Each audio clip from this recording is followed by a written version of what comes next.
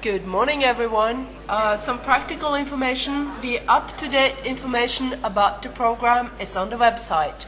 There have been some last-minute changes, so please check the schedule on the website. The gala evening tonight, remember to take your badge, otherwise you won't get in. And you need a ticket. If you have someone following you, you can buy tickets at the Secretariat. And please turn up your mobile phone and the sound of your laptop and your Skype. And fill in the evaluation forms. And there's a PGP signing at the booth outside the speakers room during the coffee breaks. Thank you. And then the fun part starts, and the interesting one. It's a pleasure to have you all present at this plenary session with two very good presentations. And I'd like to introduce Anne Doyle, who's the Internet 2 Manager for Arts and Humanities. Thank you, Ingrid. Is this too loud? I don't want to hurt anybody's ears. I want to start this morning with, and I've been told not to walk off the stage, that it doesn't look pretty on the webcast.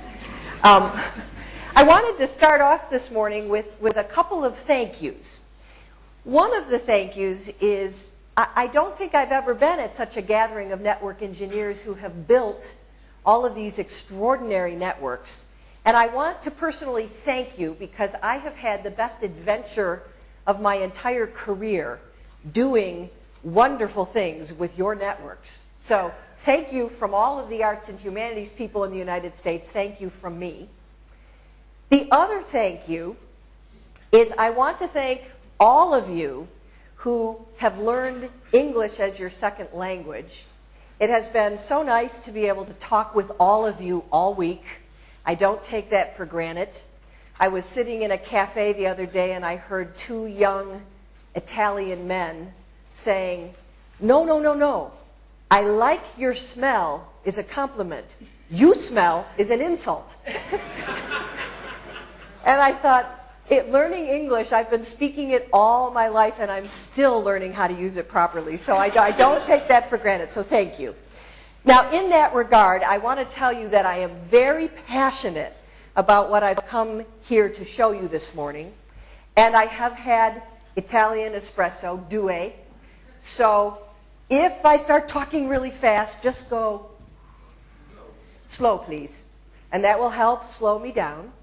Last year I was at GAR and there were I was presenting at GAR. There were two wonderful interpreters in the booth all day. And just before I was getting ready to speak, they came up on either side of me, took me arm in arm, took me out in the hall and said, "We've been watching you all day, and we can tell you're an enthusiastic English speaker, and we're worried." So please speak slowly. So I will try to. So that having said, all of that having been said, I want to start the formal part of my presentation. I have to tell you one other little story. I have been a performer for many years, a musician performer for 30 years. And as a performer, you can only see the front row of an auditorium. And your best guess whether you've done well is the long pause at the end of a song before the applause, or how loud the applause is. And I have come to learn the hard way when I present at networking conferences. When you're a musical performer, you have recurring nightmares that you're on stage and you have no clothes on, and you wake up and you're so happy for your pajamas. At networking conferences, I now have nightmares that I get up to speak and all of a sudden I hear dee-dee-dee-dee, and it's all the window machines coming on because people have decided I'm going to be boring. And they open their laptops. So I hope if you're reading your email, you're still able to give a little attention to the adventures of arts and humanities in the United States. As by way of overview, I have to give credit to Ted Hans, who was the director of applications for Internet 2, and he had a vision many years ago that there was going to be a community of users, performing artists, museum curators, that were not using the commodity internet because the quality of the audio and the video wasn't good enough for them. But if they had access to an advanced network that could give them better fidelity, they just might be a surprisingly interested and vast community of users, and he was right. And this was the overview that we had originally of what we might hope to make happen or hope to enable. I won't read it just because. But our constituents in the U.S. are our member universities and their departments of music, dance, art, English. Then we have a whole category of affiliate members, which tend to be non-degree granting education institutions or very small specialized institutions like Manhattan School of Music or Cleveland Institute of Music. We are really excited to have two new members. The United States Holocaust Memorial Museum and the Library of Congress have both joined and are very interested. New World Symphony, I will tell you much more about this morning because that's been a wonderful story, their use of internet too. And then we have as well some corporate members, the Recording Industry of America, the Motion Picture Association of America, Warner Brothers has been interested in working with us to develop legal distribution systems for movies. So I was thinking about how to categorize the types of activities. And streaming media and sharing collections is one big area. And I want to start with one of the very first projects that happened over Internet too. Indiana University has a very big music school, and they also have a very robust library system. Some of the best librarians in the country are there. And they wanted to put all of their required listening online for their students to have access to. And they learned when they put it online on the regular commodity internet that music students have such good ears. They listen so well that the quality of the music was not satisfactory and the students weren't using it. So they put the server on Internet 2 where they could stream this at a higher quality. They also put the musical scores online. So students can both watch the musical score and listen at the same time. And that's been a very successful project over the years. Another very interesting project that was actually started by Steven Spielberg, it started with entertainment industry money, was a collection of over 50,000 videotaped interviews of Holocaust survivors from all over the world. And they encoded these files at 3 megabits per second. They wanted to have enough quality to be able to discern and understand all of the different languages that the survivors were speaking. And they realized that streaming the 3 megabit per second MPEG-1 files was not, they were jerky over the regular internet. So they joined Internet 2, and they recently joined the University of Southern California. We actually have John Sylvester here today, and several of the projects I'm going to talk about today have had major support and expertise from University of Southern California. So right now there is a pilot happening with the collection being moved to University of Southern California and Rice University, Yale, and University of Michigan. Library systems are experimenting with having access to that whole collection. As you can see, it is a 180 terabyte collection. That's a big, I've seen the original collection and the robot that took the digital tapes off of shelves, and what they said to me is, our robot has only 2 arms, and we need an octopus. We need more arms because there's so much demand for this collection in history studies and those departments. Another area, or another project, the Research Channel, John Delaney talked a lot about the help he got with them. They are an international consortium of 30-plus research universities. They really have been very innovative in HDTV over IP. They have 2,800 plus programs available on demand, so they really have quite a collection. And in many ways, it is one of the best sources of uncensored, unchecked. It's content from our campuses. It's some of our best intellectual property, I think, in the United States.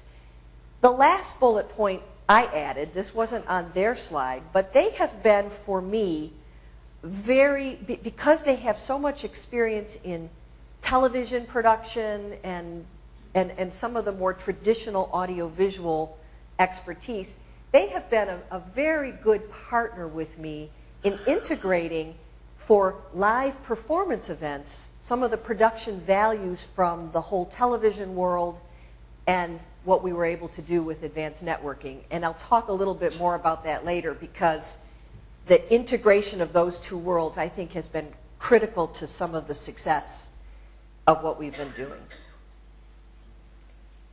By way of background, I have a humanities degree. When I graduated in 1979 with my undergraduate degree, I had never laid eyes on a computer. So if you had told me that this is what I was going to wind up doing, that this was going to be the passionate work of my life, I would have been very surprised back in '79. I was a folk singer, singing to make a living, and sometimes in my travels, I'll have people say, "What's a nice girl like you doing in advanced networking?" And I always say, you know, you try making a living with an English degree and a guitar, and you'll know why I got into advanced networking. And I do want to say that when I first started working in information technology, I really was just making a living, because I really couldn't make it with my English degree and my guitar. And I have come over the years, just in this last 5 years when I've been working with Internet 2, what I'm about to talk about here, for me, has been the most passionate work of my entire career. I've never seen anything so extraordinary. And the wonderful thing is, how many network engineers have said to me, this is the most extraordinary work they've done. That what musicians and dancers need for audio, for low latency, for the quality that they have to have, it's a wonderful engineering challenge. So everybody that has been working in this arena has been very challenged and has been very pleased with some of the success. Michael Tilson Thomas is the conductor of the San Francisco Symphony Orchestra. He's a guest conductor at the London Symphony Orchestra. He started about 15 years ago the New World Symphony, which is located in Miami. It's an internship for students who have graduated with an undergraduate degree in music, and they audition to get in to New World Symphony. They take 87 interns. They keep them for 3 years, and they have some of the best masters and maestros in the world work with their students to give them 3 years of orchestral experience. 97% of their interns wind up making a living as musicians in symphony orchestras all over the world. So this is a very extraordinary training ground, and they don't have faculty in residence. They have always relied on visiting faculty. They still bring their visiting faculty to them, but now, in addition to bringing them to them, they continue the relationship between the maestro and the students over Internet 2, or over Internet 2 and our European networks. We've done some wonderful work with GAR. I'm pointing to Claudio because he really has been instrumental in making it happen. I'll talk a little bit more about that later. But New World Symphony last year did over 250 master classes using Internet 2 with high-end audio and video. In this picture, Michael Tilson Thomas is coaching a conducting student from Manhattan School of Music. This conducting student, when asked, what's it like taking a lesson over Internet 2 instead of in person? And what he said to me is, I don't have access to Michael Tilson Thomas in person. The only way I have access to him is over Internet 2. He won't travel here to teach me. I'm a student. But he will walk down the hall when it takes 5 minutes of his time to get to the room, and he'll coach me for a half an hour, and it's changed his life as a conducting student to get to work with one of the world's great conductors. Pinchas Zuckerman has been doing distance education. He's based both in Canada and at Manhattan School of Music in a partnership between Columbia University and Manhattan School of Music. He had been doing coaching with his students, depending where he was, using the commodity internet. He is one of the best spokespersons for advanced networks. He is so pleased with the lower latency and the higher quality. And it's very fun to watch him teach over this medium. This was a wonderful project. Wayne State University in Detroit, Michigan, and Florida State University, many, many miles away in the middle of the state of Florida. The Wayne State students were producing a dance piece that had been choreographed by a professor at Florida State. And so what we did was had the professor from Florida State coach the Wayne State students at a distance over the network for several months before the Wayne State students finally did the dance piece. So the dance piece was a traditional production, but all of the behind-the-scene coaching leading up to it used Internet 2 instruction. Live performance events. I'm going to show you a video clip of this later on, but this was an event that was produced at the Bing Theater at the University of Southern California when they hosted one of Internet 2's member meetings. And Case Western Reserve and Cleveland Institute of Music wanted to do a project. There is a dance instructor at Case Western, Gary Galbraith, who is also a Martha Graham principal dancer. And what he said to me is, I didn't want to think about video conferencing as being a difficult thing to try to work with. I wanted to choreograph a piece that took advantage of it. And one of the things he said to me, I'm not a choreographer, is choreography is all about where your body is in time and space and how you work with borders and boundaries. And he loved working with an extra set of borders and boundaries. So what you see in that inner square is a dancer who's live on stage in Cleveland being projected onto the stage at the Bing Theater in Los Angeles. The dancer in front, who's sitting on the floor, is live in Los Angeles. So they are from Cleveland to Los Angeles. That's about 3,000 miles apart. And they are dancing a live duet together, and I will show you a video clip of that a little bit later. One of the things that, and I'll talk about this a little bit more too, but I want to make sure later isn't, I have 45 minutes, right? Mm-hmm. Yes, okay, good. One of the things that was critical here is, again, bringing together different types of technologies.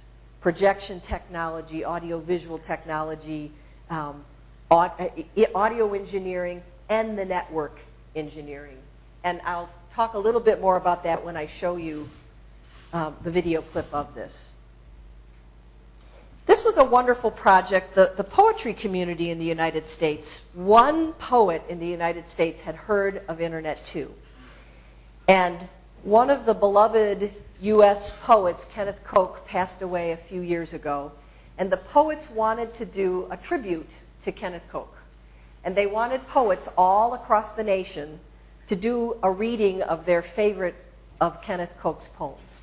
So they started on the West Coast and worked their way across the nation, and they finished the final stanza at Columbia University with Anne Waldman.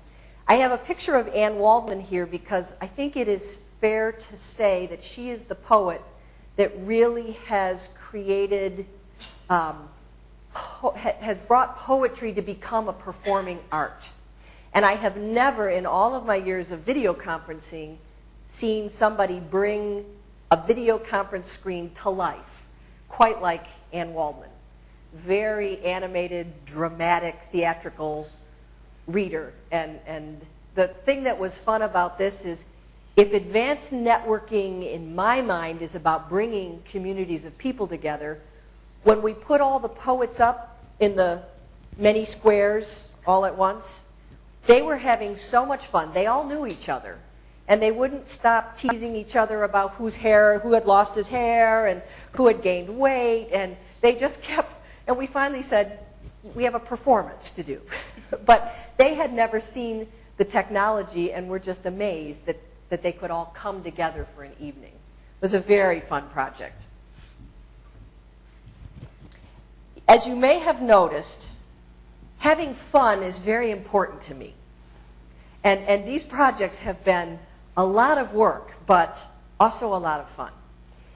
This is another, the Integrated Media Systems Center from the University of Southern California. As you can see, University of Southern California has been a very big player in this arena. They have a team of engineers that have been working, that were funded by the National Science Foundation. They have been working on a project to, instead of having stereo audio from the remote codec, they have 16 channels of audio so that you can produce with an audio engineer a 10.2 immersive audio environment in your auditorium from what's going on at the remote auditorium. And then they also have been doing high definition video streams. And this was a production of the Moreau Quartet, who is in residence at the University of Texas at Austin, a wonderful quartet. And we were streaming them from one auditorium to another, and allowing the audience to go to both auditoriums and experience the live experience versus the immersive streamed experience, to see what they thought. There hasn't been a lot of work yet in evaluating what the audience reaction is to some of these projects, and I want to try to do more of that work. We've invented it now. I want to learn when it makes sense to use it and when not. I wanted to talk a little bit about the technology. We started out for many years using MPEG-2 codecs, and this is the set of equipment that New World Symphony has on their mobile cart, and they wheel it down the hall into one of their rehearsal rooms, plug it into the Ethernet port, and set it all up on this cart and get the student in the room, and they go. So they've got the switch, they've got the camera they recommend. These slides, of course, are online, so if you are trying to build this capacity yourself, this is a really good recommended list of items you might need to get started.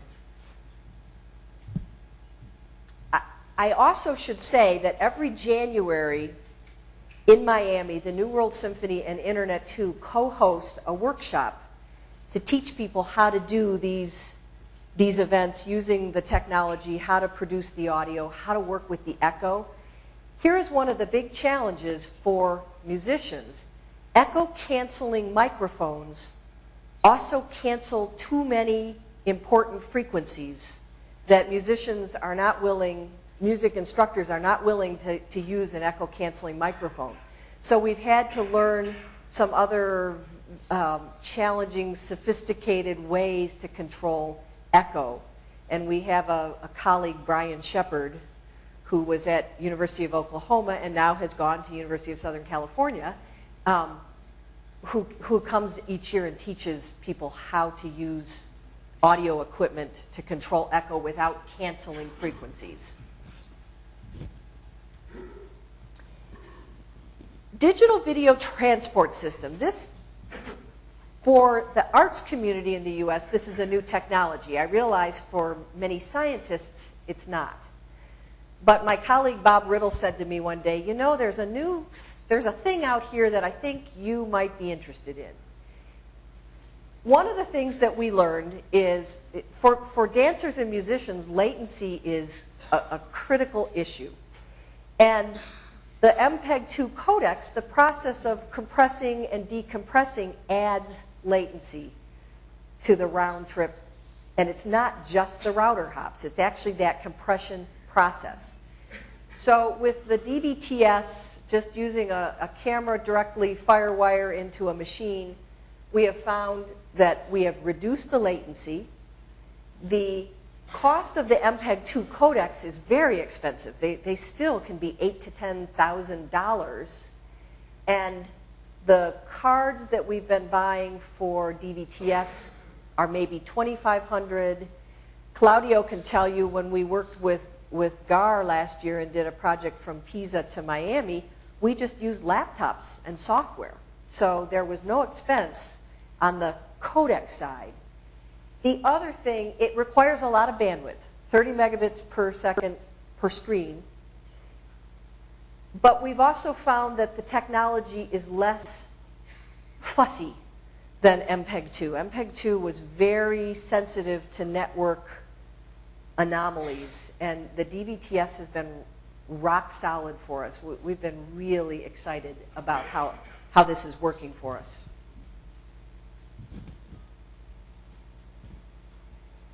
Problems in puppet shows. Puppet shows. All of us in the US who have produced live performance events and have been hosting the event. So I'm on stage and I'm about to introduce the remote site, and the remote site doesn't come up on the screen. Suddenly there you are. You're either dancing or you're doing puppet shows because there's this horrible wait while people backstage are figuring out what's wrong. And those have been painful moments. There's a very different pressure when you are producing an event in front of a live audience. Things going wrong can be very painful. So these were some of the problems over the years that have, as we say, tripped us up.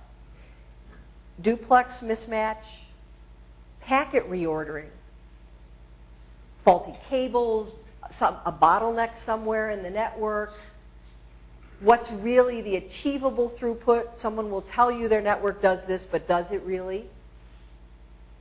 Congestion on the campus networks that may be very sensitive to time of day, so you did all of your testing at sometime early in the morning. You were doing a test, and then you go to produce the live event at 8 p.m.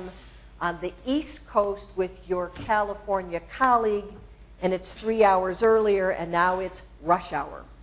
And suddenly you've got a very different scenario, and the network is behaving differently because that campus is congested.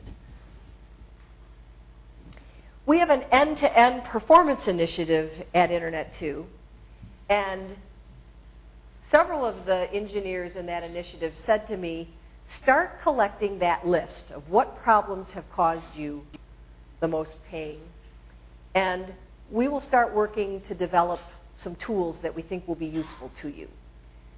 These are the 3 tools that have really helped us tremendously. So just the ability to have the Internet2 SurfNet co-developed detective that tells you if the campus is actually on that advanced network, is it multicast enabled, what kind of bandwidth capacity approximately are you getting from that campus? The sort of wrapper for the iPerf so that you can, again, do bandwidth tests. And then the NDT server. The first time I saw this NDT server, somebody came over to my desk and in 10 minutes showed me how to use the server, and I got the resulting report that told me that I had a duplex mismatch, which is huge to have known that in 10 minutes, where the bottlenecks were, and whether the packets were arriving in order or not. These have really changed our world. Many more tools. I'm not a network engineer, so most of these, I don't even know what they are, but the engineers on our campus do and find them very helpful. And some next steps in performance monitoring are the initiative with ESNet and JANT2 and Internet2. to keep developing perf sonar and other instruments that we can use to make sure the network's behaving the way we hope and expect it to. New communities. There's been a lot going on in the museum community with education at a distance. We had a wonderful story recently where the Metropolitan Museum was hanging a show in Fairbanks, Alaska, in a brand new arts wing of the Museum of the North. And they had the curator at the Metropolitan Museum training the docents who were going to show the exhibit in Fairbanks, but they did all that training from a distance. Foreign language instruction, both connecting U.S. students with international partners so that they can practice speaking both of their languages live with each other, and also sharing less commonly taught languages. So at one of our campuses, we have a Tamil instructor, and there are only 7 students on that campus who want to learn Tamil, and on another campus, we have another 6 or 7 students, and they simply share the same instructor, because Tamil instructors are hard to find. A lot going on with a new project in the archaeology arena, how to share collections and artifacts, and that's an international project. A lot of projects beginning to happen internationally, which we're very excited about. Last year, during GAR's annual conference, we did a master class between New World Symphony and a music student in Pisa, and we had 110 millisecond round-trip latency from Pisa to Miami. And having done this for 6 years now, that's phenomenal. And many thanks to Claudio Alocchio and his team for working with us to make that happen. It was a very exciting event. We had another master class in January with Maestro Bianchi from Rome to Miami, again working with our colleagues at GAR. Art conservation, the Cleveland Museum of Art needed some expertise from colleagues at the Louvre, and our colleagues at Renatur hosted the experts from the Louvre, and that was a very successful project.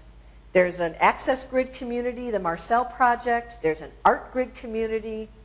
There's the whole proposed archaeology project between University of Cairo, University of Pennsylvania, and many, many others that I don't have time to go into. I want to show you a couple of video clips. Good, I'm on time.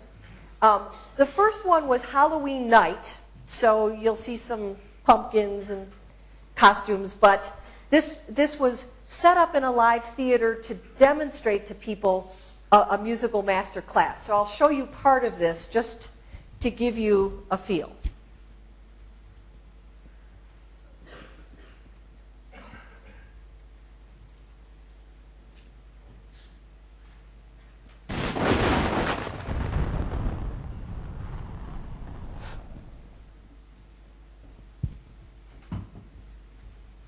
Musicians are fabulous. Oh, more trick-or-treaters. Wonderful. Whoa! It's the New World Symphony String Quintet. Happy Halloween. Come on to the living room. Come on down to the living room. Welcome. I understand you have a fabulous trick for us tonight, and that we have visitors from afar. Patricia, can you hear me? I can indeed. Welcome, Patricia Knott. This is the Dean of Musicians at the New World Symphony. Welcome, Patricia. Thank you, Anne. Internet, too, provides a great potential for us to create a global musical community. It's a very exciting prospect. Here in Miami in the studio with me this evening is our coach for this project, Ivan Chan, who is the first violinist of the Miami String Quartet and a member of the artist faculty of Florida International University. So if everybody's ready, let the music and the coaching begin. Anne-Marie, you want to start off?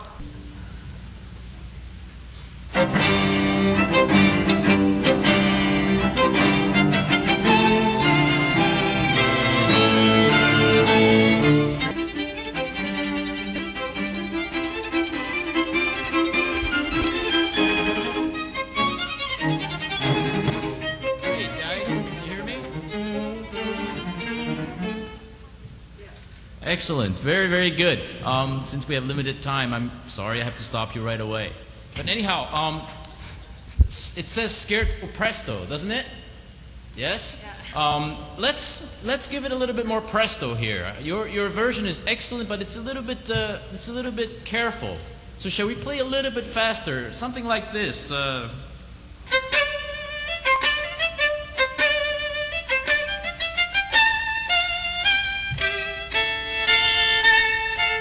Okay? Why don't you guys play it through now and let us enjoy it, okay?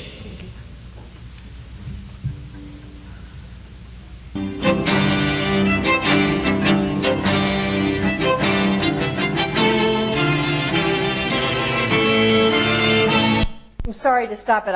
I want to be sure to give Aegon his full time, so I'm just showing you parts of clips. I know you're going to find Aegon as wonderful as the New World Symphony. Maybe I don't have as much feeling. Keep on playing. This is the dance piece that I had showed you a picture of. It's a little dark because it was filmed in a dark theater. It was presented in front of a live audience. But I still think it will give you a feel for the dancers. Both look carefully. Framed in the screen are dancers in Cleveland. That's a live dancer. Behind her is in Cleveland. The front one's in LA.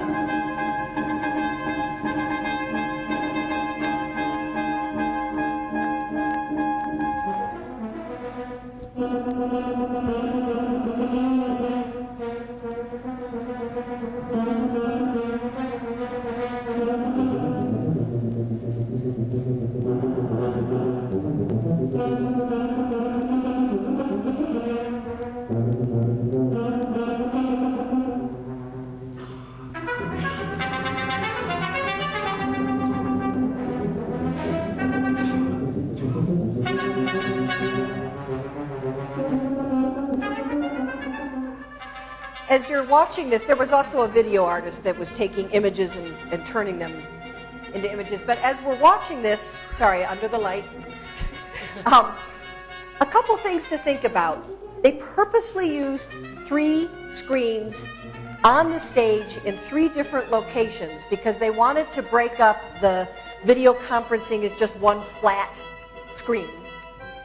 They also did, honestly, the success of this event had so much to do with bringing together the worlds of traditional theater art. So there was a costume designer, a lighting designer in both cities, an audio engineer. In fact, Tom Nabb, who did audio engineering for us that evening, just won a Grammy Award last year for audio engineering. So he took all 6 channels from the 3 MPEG-2 codecs and took the 6 channels of sound and produced a 5.1 audio mix in the theater for us in Los Angeles. And it's really to create a multi-site performance environment. It is as much about those traditional art forms as it is about the success of the network engineers that were able to get all of these video streams running at 15 megabits per second. So there were 45 total up and running. I will tell you that backstage is the most swearing I've ever heard on the job because the network engineers typically don't know what the lighting and audio engineers and designers are talking about. They come from 2 totally different worlds.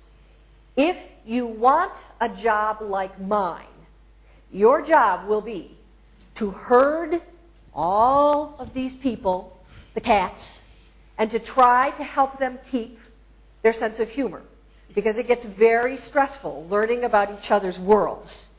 And along this line, keeping the sense of humor, and whether you'd like to be doing this for a living, I thought John Delaney shared with me last night his favorite video clip, which is one of my all-time favorite video clips, and I thought I would just toss this in for a little fun.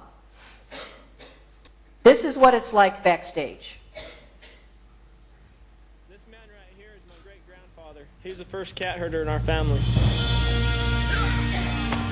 Herding cats. Don't let anybody tell you it's easy. Anybody can herd cattle. Holding together 10,000 half-wild short hairs, well, that's another thing altogether.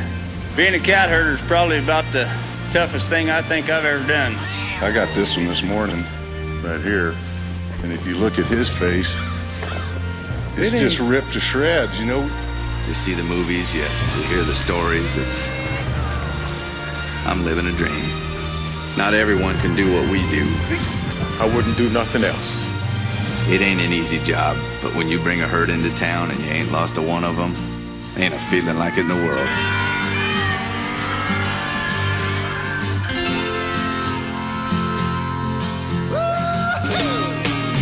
EDS, managing the complexities of e-business. All right, I just want to brag for a minute. I feel like I'm a really good cat herder, and I take great pride in cat herding. So in closing, the couple notes I want to leave us on. One, I want to say that this has been an absolute tremendous adventure, and to thank you again for all of the work it has taken to create all of these networks, to bring all of this together. The network troubleshooting has really improved our world. DVTS has been an incredible shift in the technology we're using that is working spectacularly for us. Our beginning collaborations with Claudio Alocchio at GAR has been thrilling. And I have to tell you that when the arts and humanities, when my advisory committee knew that I was coming here to speak, the arts and humanities community in the U.S. knows that most of our wonderful history and cultural roots come from Europe. They were so excited to know that I'm going to be here. They want to work with you here. They would love to be connected with your museums, your maestros, the dance history they'd like to be teaching with you, sharing language instruction. So I leave with a note of opportunity to say, if you're interested in working with us, contact me. I will put up my contact information as my closing slide, if I can get back to it. Call me, send me email. We'd love to work with you. Thank you for having me here this morning. It's been a pleasure.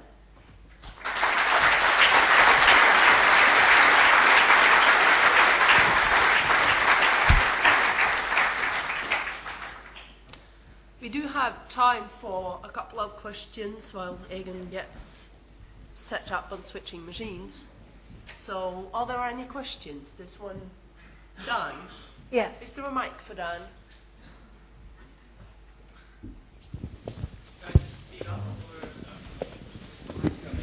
It's coming. Okay, we saw the musical masterclasses. That was kind of a supervision scenario. Of course, they couldn't play together because of the latency. But in the dancing, the dancing example you showed us, they actually did dance together. So I guess dancing is more, it doesn't require as low a latency as music does. Will it ever be possible to play together over the internet? Egan has the answer. I hope so. There is a little speed of light problem. But I seriously hope that the day comes when we can. There has been a project all the way from Montreal to Stanford University.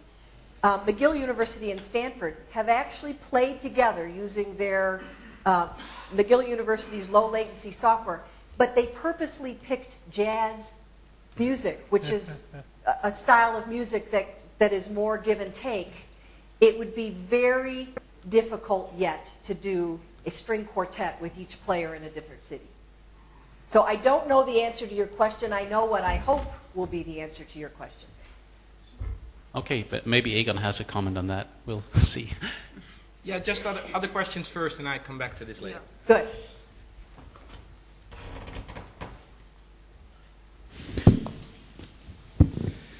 that is a typical question that our director is always posing us. When can I play a quarter with 4 different players all over Italy? But Italy is short compared to the world. So maybe in that way we can do it. Over a continent, maybe. Across the ocean, there's physics in between, speed of light. Yeah. So that's it. I think that's right. And when you do your first quartet in Italy, will you invite me back?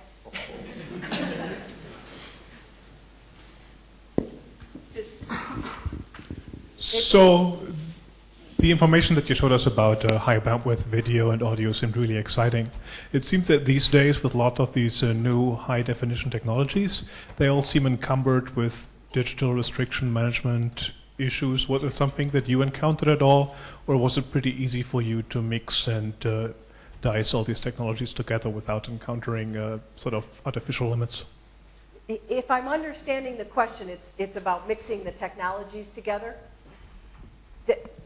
We have always worked, there are many projects that are working on bringing different video platforms together, the VRVS project.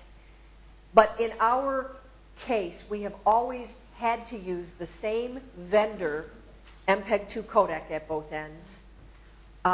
DVTS, we have been able to mix and match the software version and the card version, but mostly we've had to stay with the same platform. And it is one of the reasons DVTS has been so exciting is it's more affordable. And so it's been easier to say to people, we want to use this, can you build a laptop with it on it? The MPEG-2 world was very difficult because they don't interoperate well, and they were very expensive. So what New World Symphony did was bought a pair, and they would simply ship one of the ones out to a campus that they wanted to work with.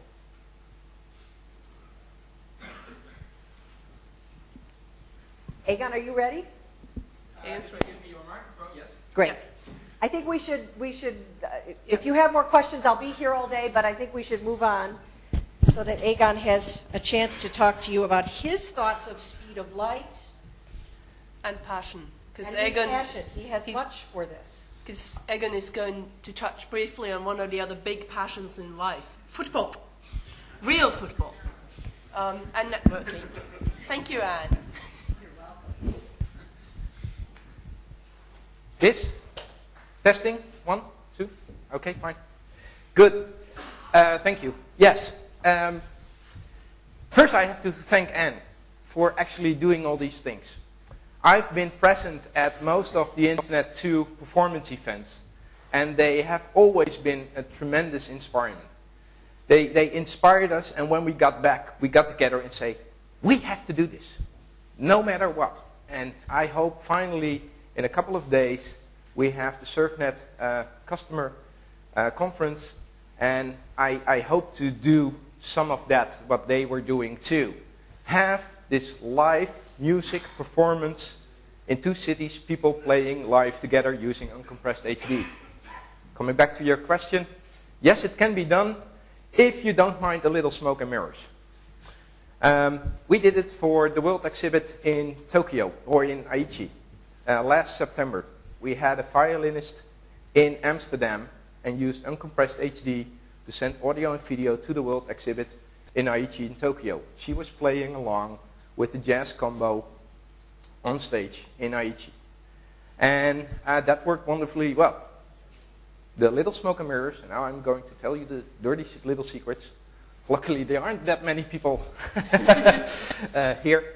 You have to use special performance, and you can use tools that take account that delay that we still have because of the speed of light. But if you do that, you can have wonderful performance of musicians all over the world. We did it from Amsterdam to Tokyo, which is halfway around the world almost. You can do this. So I'm going to talk to you a little bit about this. I'm not going to talk about the uncompressed HD stuff, but I'm going to talk about the technology that Anne was asking for, but that actually the users were asking for. Better quality video and audio. And that's what HDTV is. We're not talking about experiments, but we're talking about how this can be moved into production and what we're doing and what we learned there. I use the slides, and I have to extend the apologies of Erik Huizer, a professor at Utrecht University and also a director at NOB, a Dutch Broadcasters Facility Corporation, that we do most of our work with on HDTV. He would have loved to be here, but unfortunately he couldn't come. So I took his slides, messed up most of them, and now talk to you. But basically it's similar work.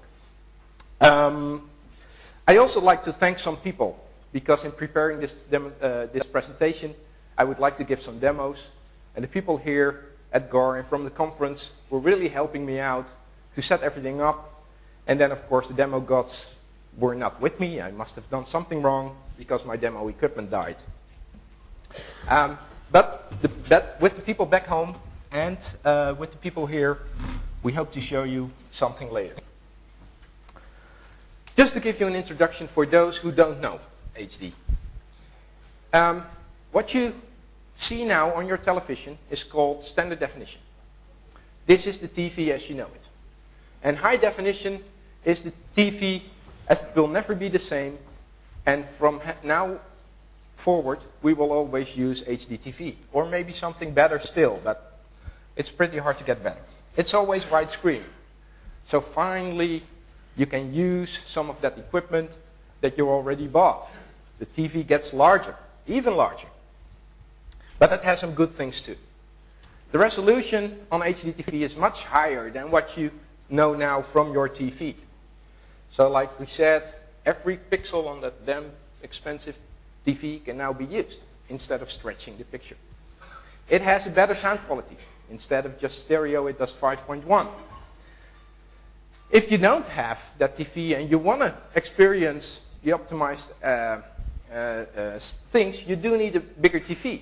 And George Lucas actually said that if you really want to get the experience and you sit in your living room about 3 meters from your screen, you need a screen of 2 meters diagonal.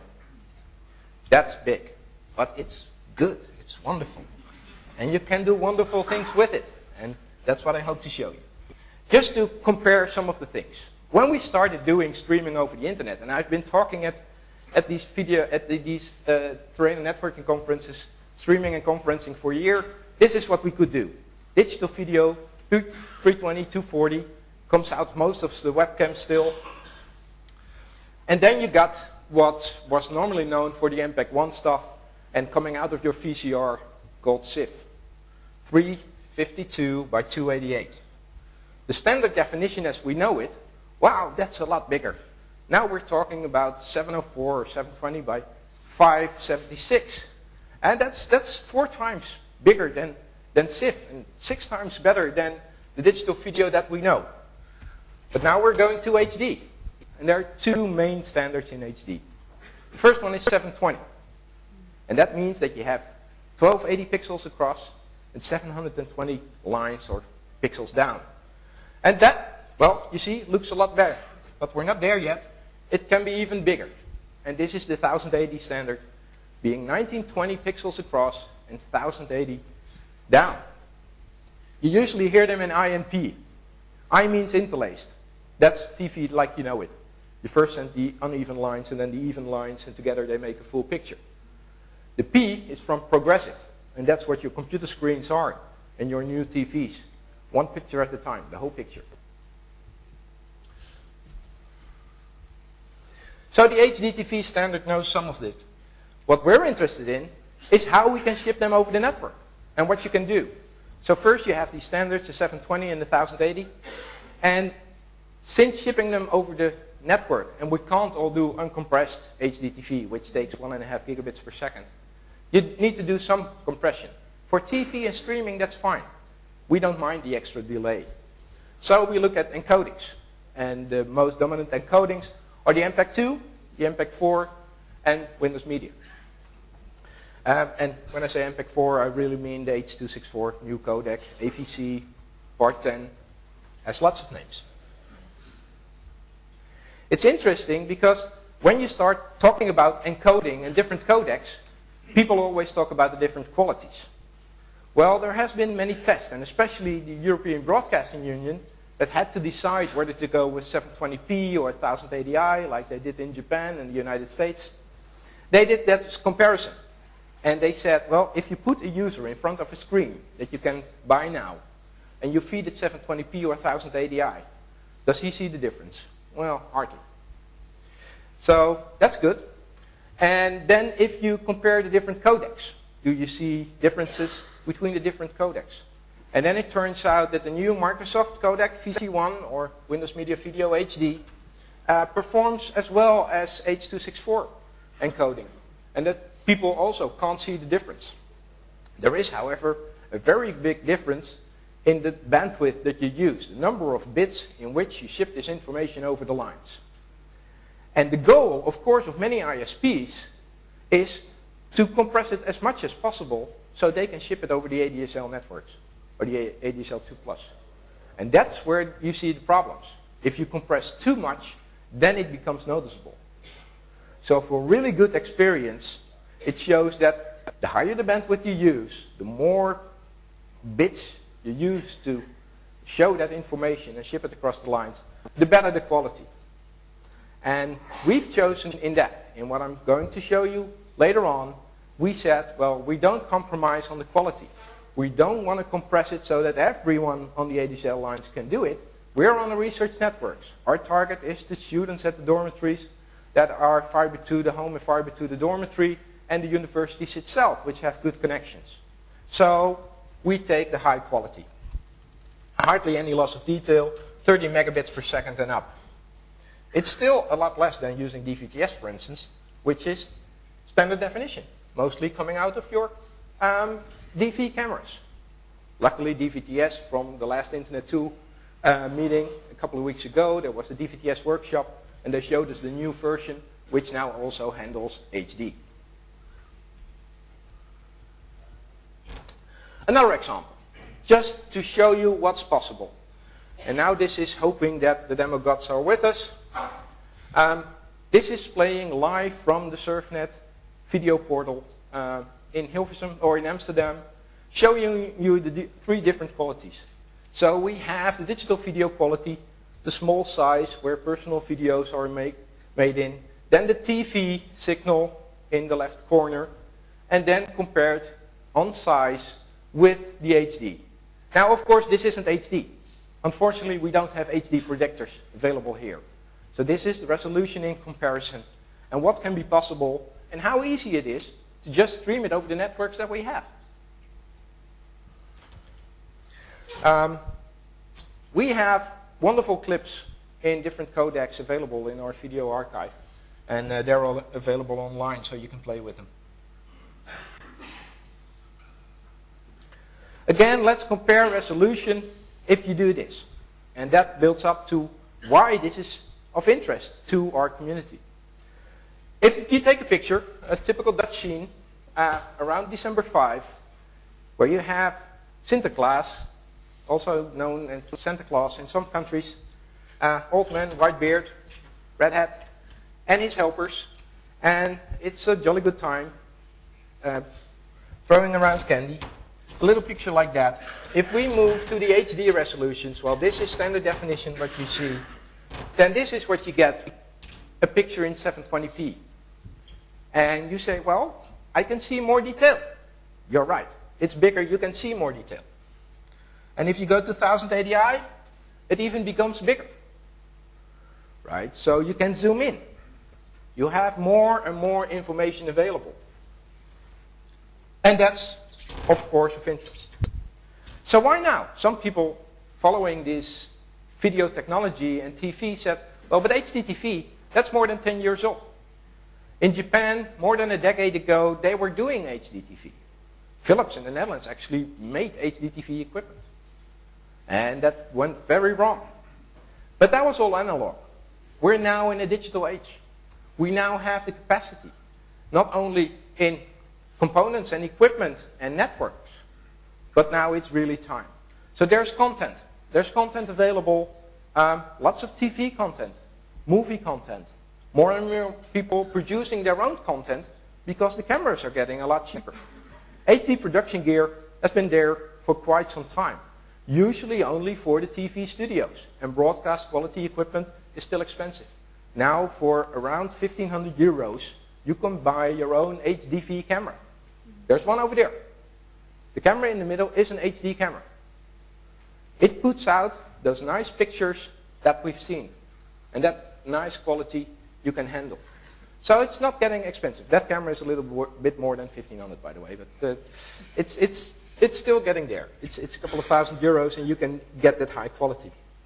And like I said, distribution network in our community is not really a problem. And it's becoming less and less of a problem also at home, where we see both cable and ADSL providers now giving you up to 20 megabits per second. Or the fiber to the dormitory projects going on more and more. In the Netherlands, we now have around 40,000 student dorm rooms that have 100 megabits switched Ethernet.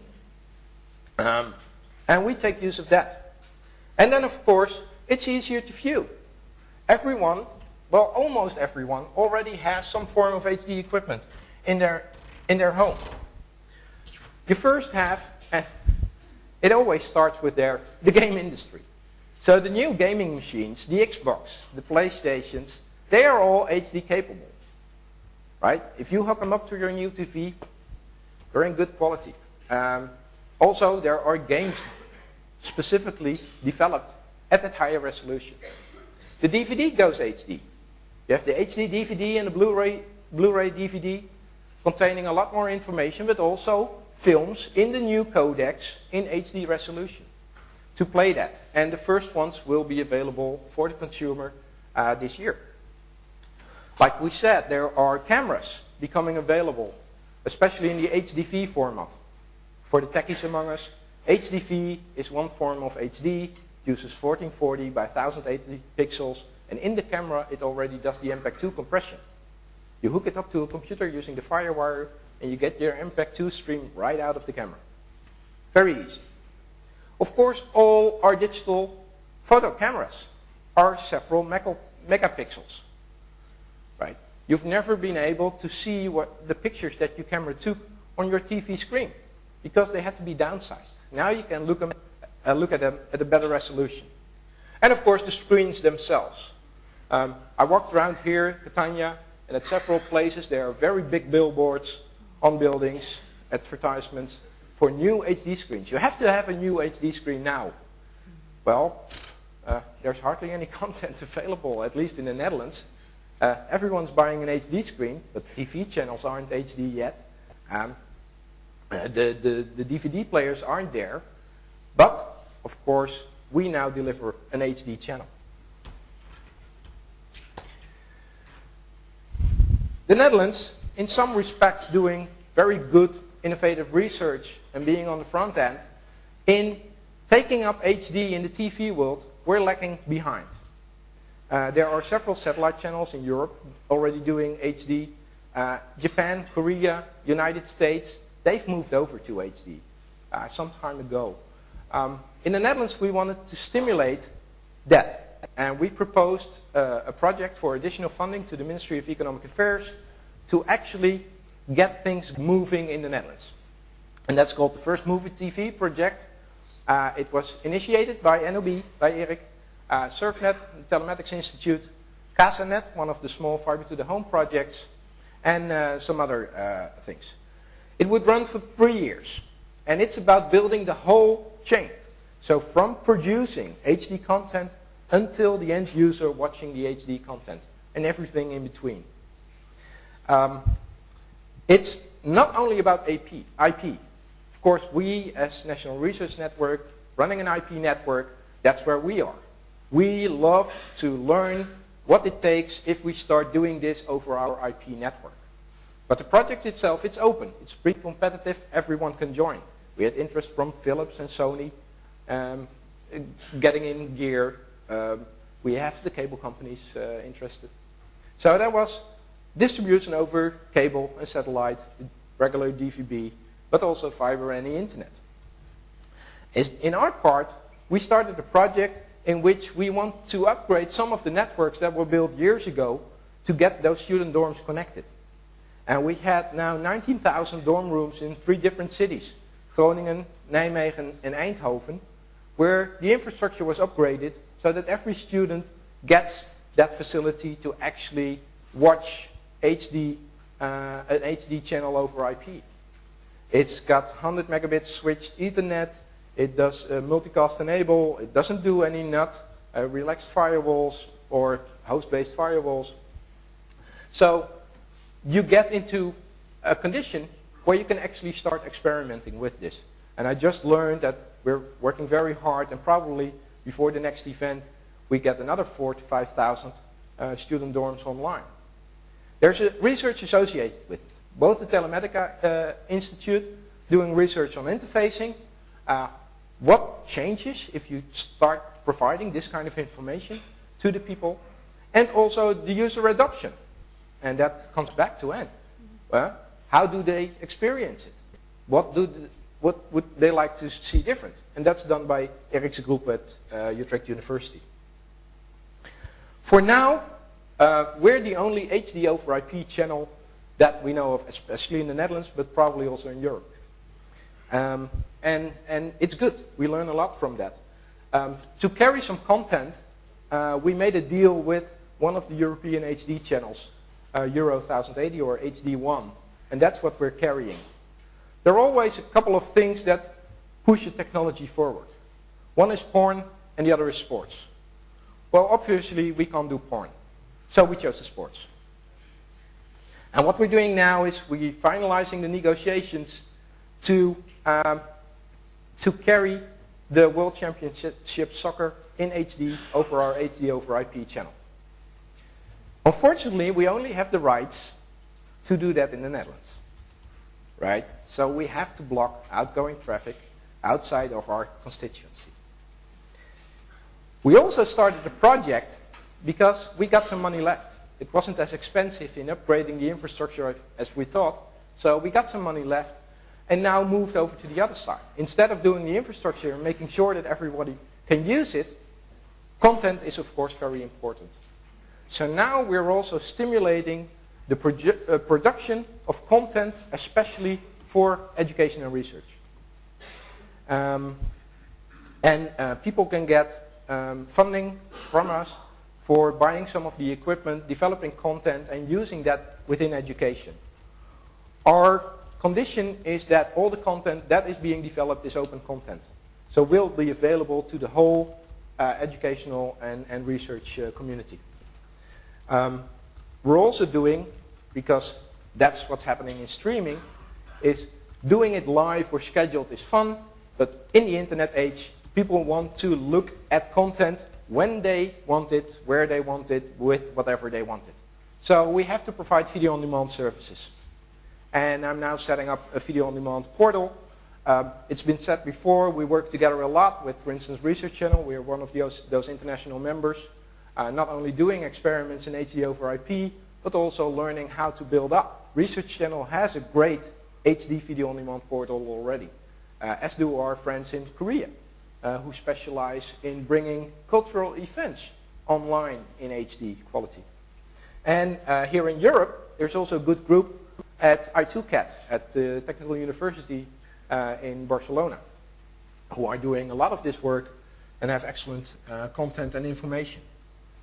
So some of the research and why we think this can be very successful is, on the one hand, you have the possibilities that new technology offers. And on the streaming side, we've already seen that in the video on demand, the broadcasters started something called Uitzending Gemist. The TV broadcast produced for Dutch public television is available up to a week as video on demand. And the use is going through the roof. It's millions of views now a month, people asking for those programs. They missed the 8 o'clock news, sit behind the computer or have a set-top box connected to their TV, and then they watch the news again. HDTV, because of its quality, gets a lot of attention. So how do you combine it? Well, on the other hand, of course, the needs that people have. The basic needs, social acceptance, food, drinks, things. But there's also the need for entertainment.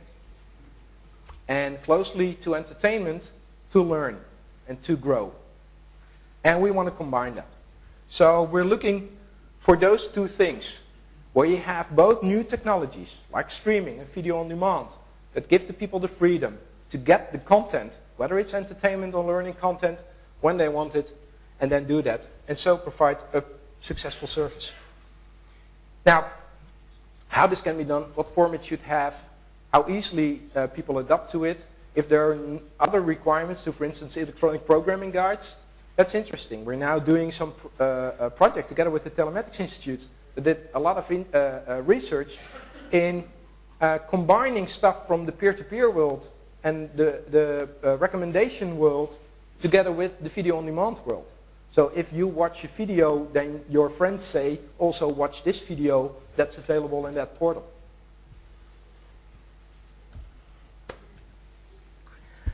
Well, people are used. For me, I'm a techie, so we have to have at least some technical slides. And this is what's behind it, to do this. And now, this seems to be the most light. Is this okay? It starts, of course, with production. And then either use the cameras to make HD content, and then if you use the HDV content, you make it into real HD, SDI, broadcast quality HD content, and then get it into a computer using HD capture card.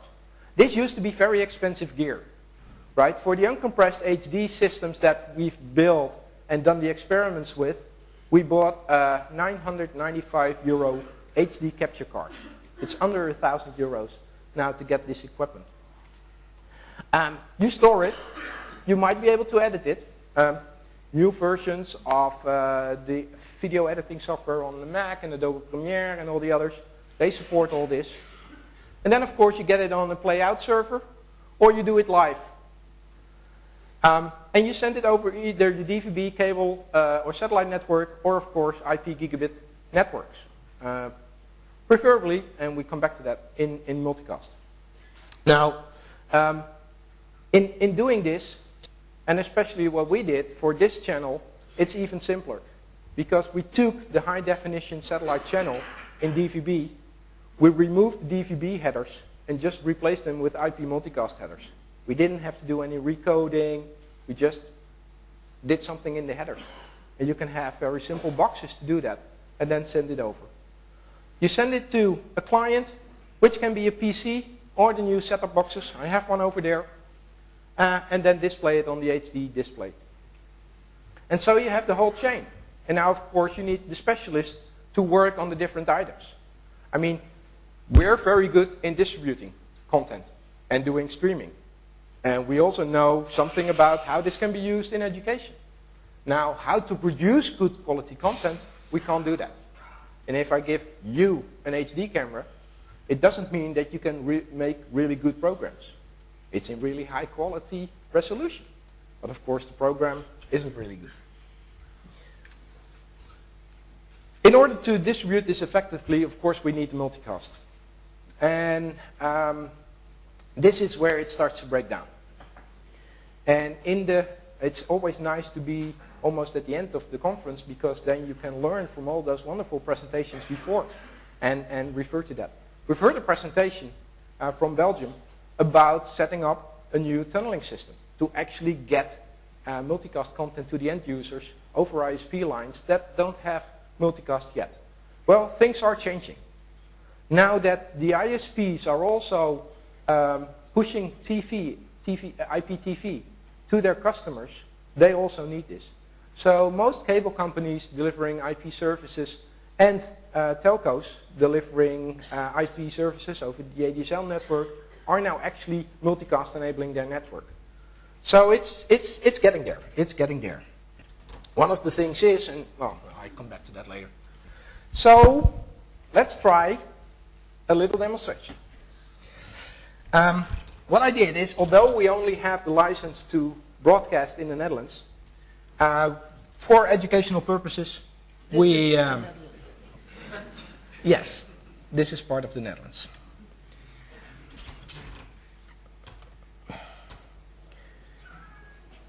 Oh, damn! I said we didn't do porn. Well, almost.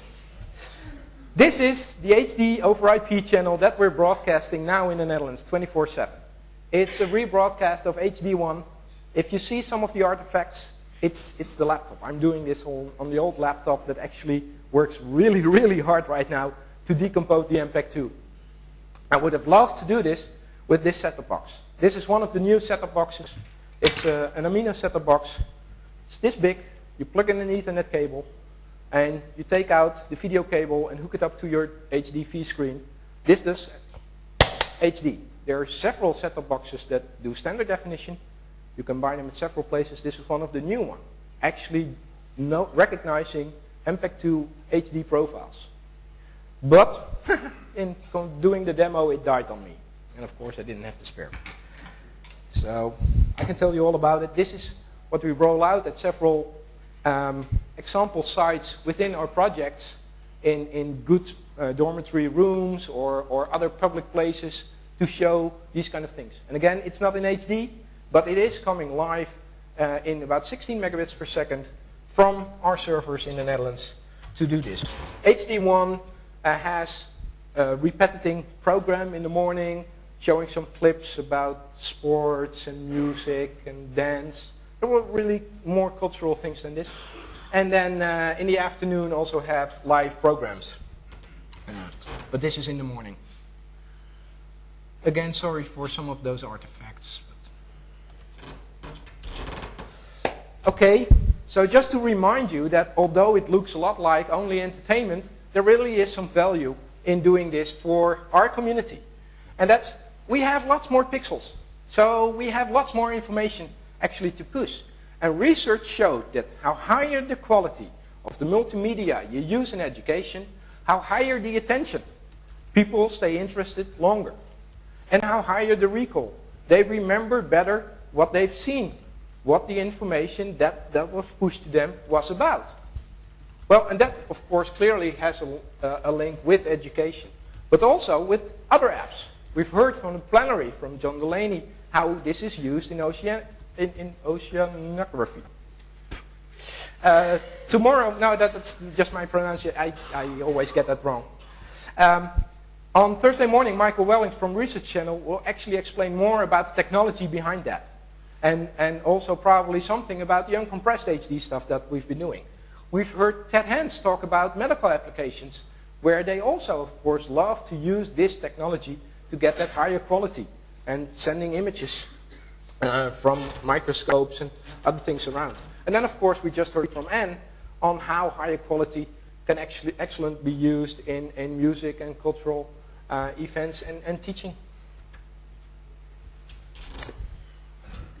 So now we have to ask ourselves, is this what we should do?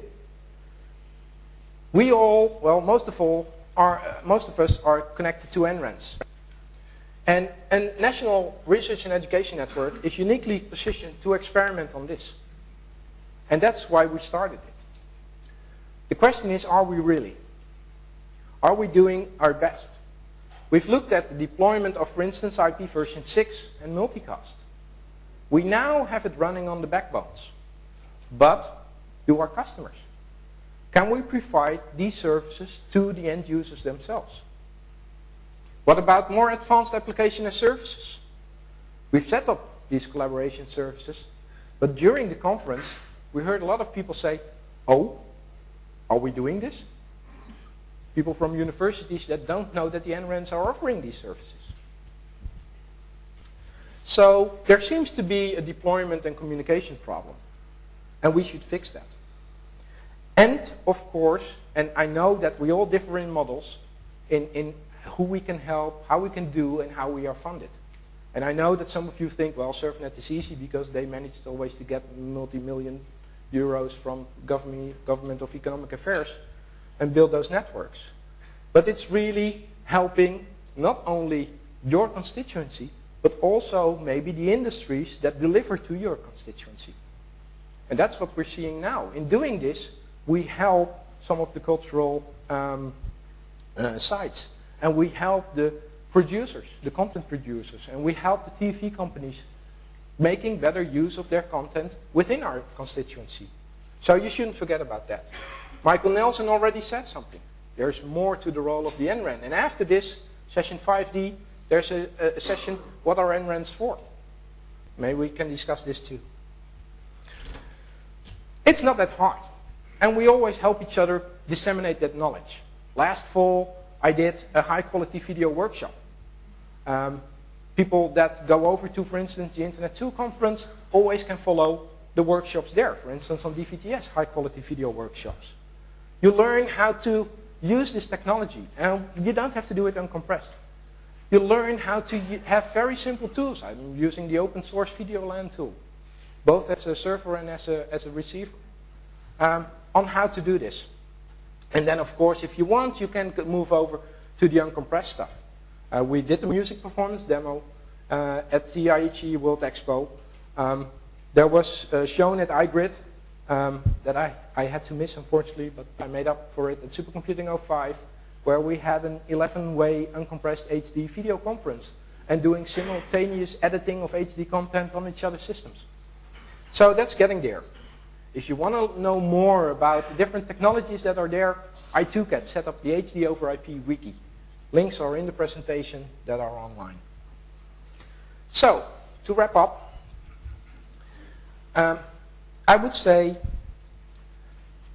HD can deliver new and valuable services to our constituency. I hope you can join.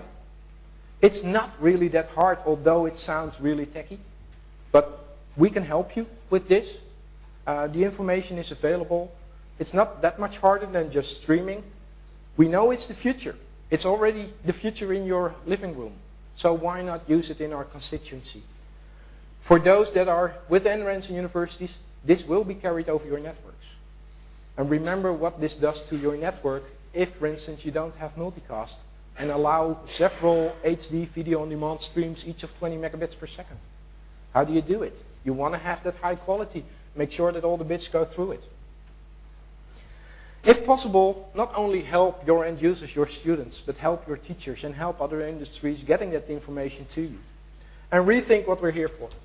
Not only to enable new, valuable services for our constituency, but I also hope, in doing these experiments, help moving the Internet and its technology forward. Thank you.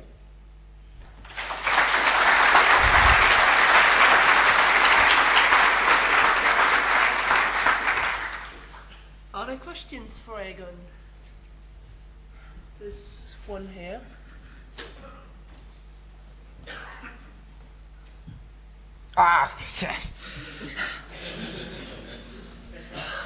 Just some pretty pictures at the end. You want to give the demonstration now? Or? Okay, my name is Leif Laakson, and I have a question, in fact, to both of the speakers this morning. And it has to do with the thing, when we have this marvelous network, we have the infinite bandwidth. We don't, perhaps we remove the problem with the speed of light even. So what's the beef after that? What's the bumper sticker, as we learned yesterday, when we have the infinite bandwidth and we can do all this? What's the marvelous thing, really, which is the next stage of, I mean, this after the technological exercise? The first next stage is that people now have a hard time thinking about how their application can be used. There's now this bottleneck. People have applications that says, oh, but I can't do it because there are restrictions in the network. It provides new opportunities in doing this. It now enables whole new types of applications in sectors that have never been able to do this. In music, in medical applications. So that's the first step.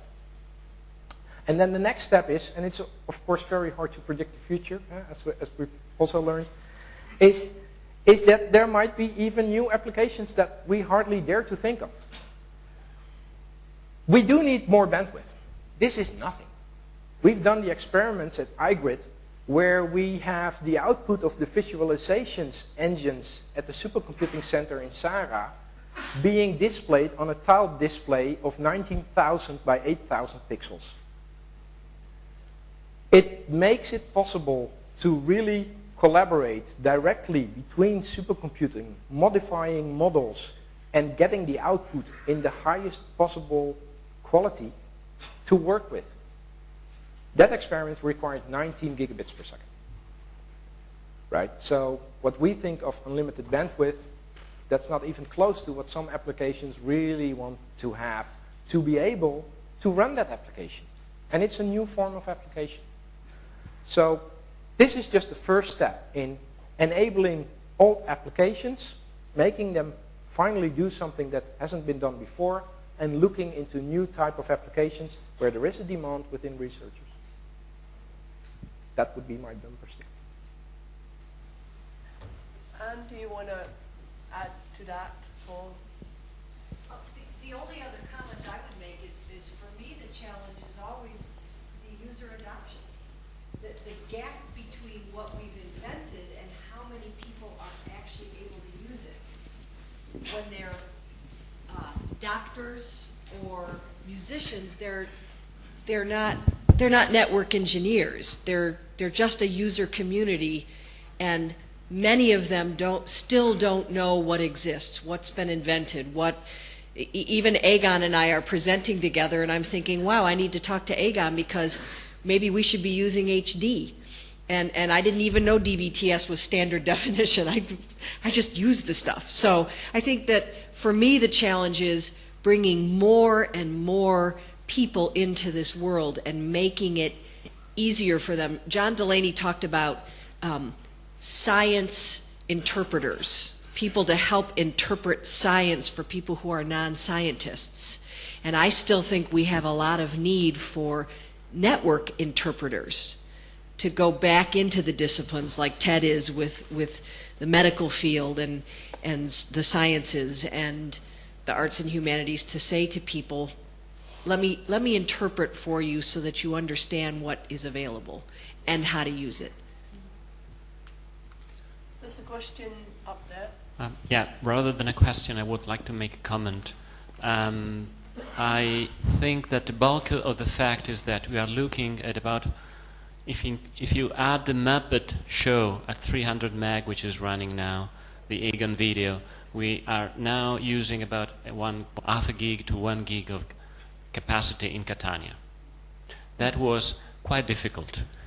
So I fully agree to the vision, because this is really vision, but I think we as NRN have to have at the same time a very strong effort to closing the digital divide, which is an very well-known thing, but that means also that some technology advances needs to be put where the money isn't.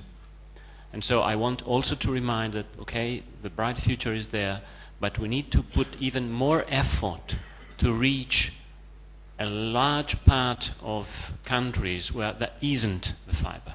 That's it. Fiber to the people, and there's another question. The next one will be the last one. Well, maybe it's also a comment on this. Now, I was missing the Super HD video format in your slides provided by Japanese people now for commercial applications. So digital cinema will go for a higher resolution, and this is exactly what you should use as a next step for your performance. And because this gives you really something which is compliant with the 35mm analog video format. You know, I didn't dare to show the slide, but I have it in here.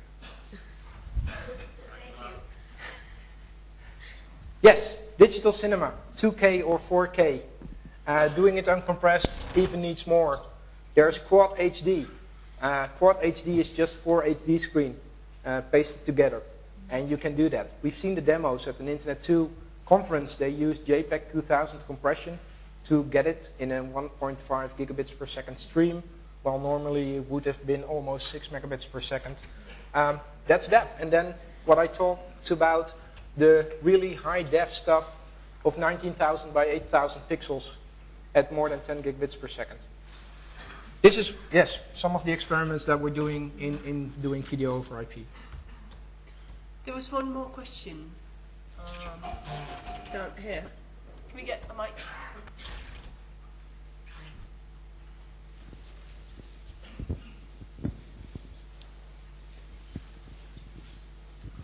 Yes, I have the question, Cesar Mazurek, PSNC. which is more technical maybe. What are your vision for video on demand for HD?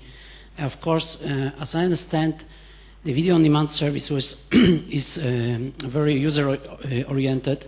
So this is the problem of scalability, of access of different content by different users, in different point of time, maybe some interactivity.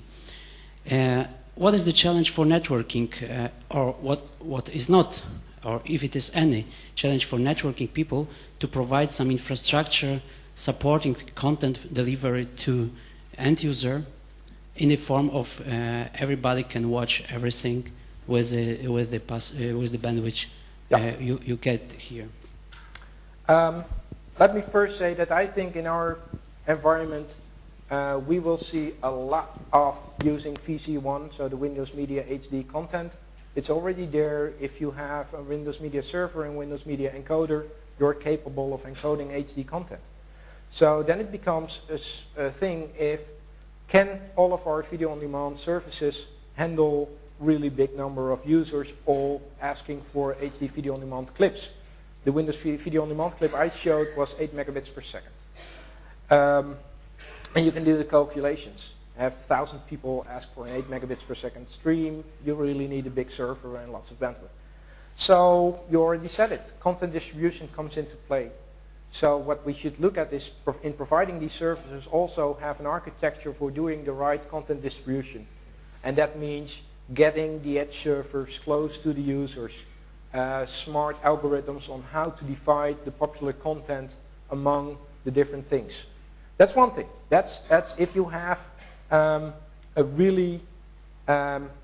if you have now video streaming services that you want to extend to do really large groups. We ourselves use intelligent caches. So, and that's also moving it closer to the end user. Someone requests a file, it gets into the cache. The next one who requests it doesn't come from the server, but from the cache. And then we see different forms in video distribution. And that can be a whole presentation itself on peer-to-peer streaming. The problem there, of course, is you don't want to throw out your content and never see it again in the peer-to-peer network. So you have to associate some form of restriction or digital rights management attached to the content. But we've seen in Michael's presentation that at some countries and at some networks, peer-to-peer traffic already is 70% of the total traffic. And having big video files in that will grow it, but it's a good distribution method. The popular the content, better available within the network, on your peers, but it's downloading. There has been research in peer-to-peer streaming, but that has some problems. So yes, building smart content distribution networks, if you provide video services now, also think about the content distribution architecture.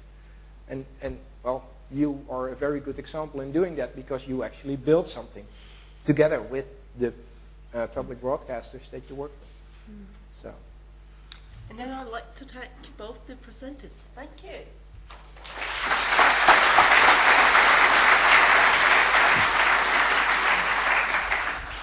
There's coffee outside.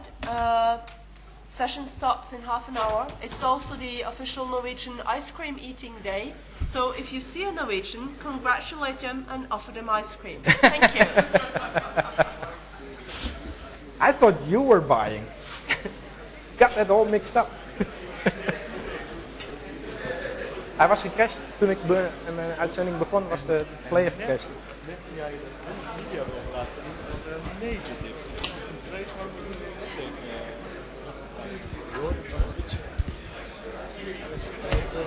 Mooi.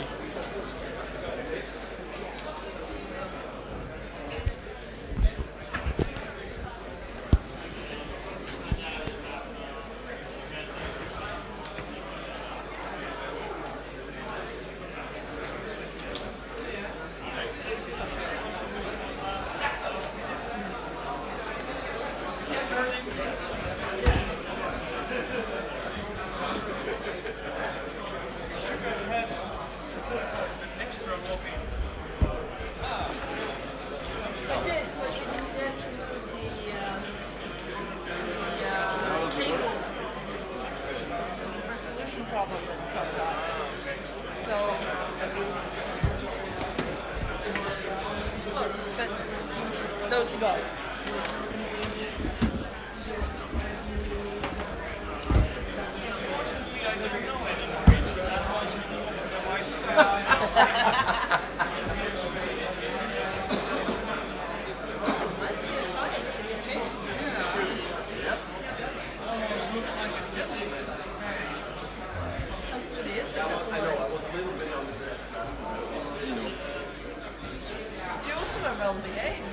I know.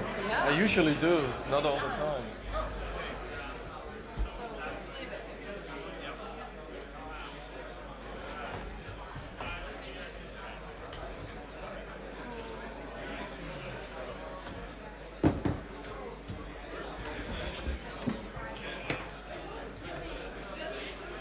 Okay. Good.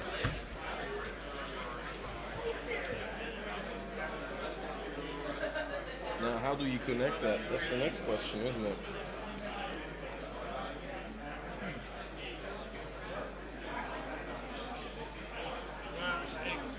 Well, to be honest, that's probably Bluetooth, right?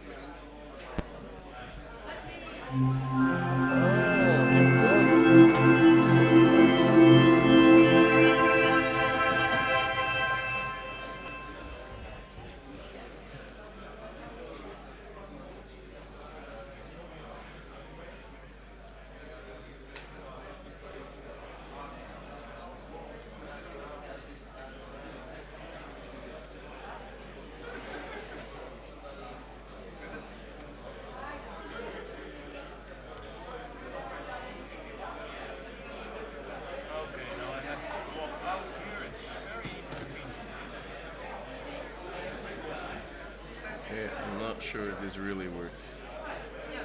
This is probably just Windows. Yeah, this probably is just Windows. Thunderbird thinks this site is suspicious. It may be trying to impersonate the website you want to visit.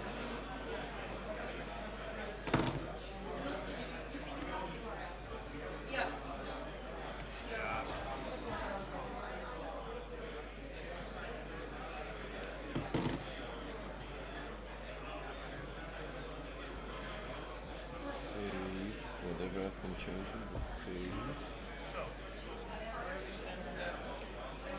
That is the official PC.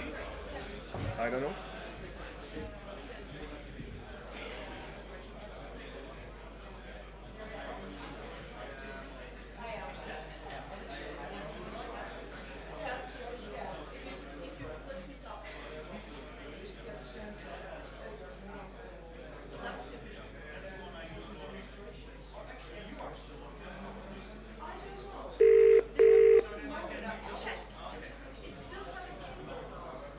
Okay, those.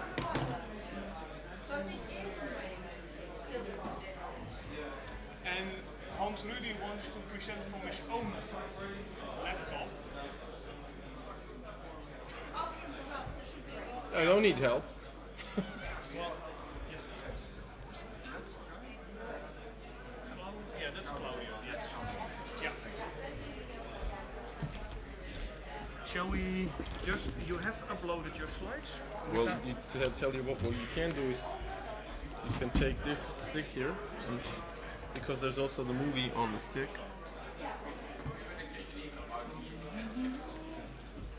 It's probably on the back here. And we can go through to see if it works. Okay.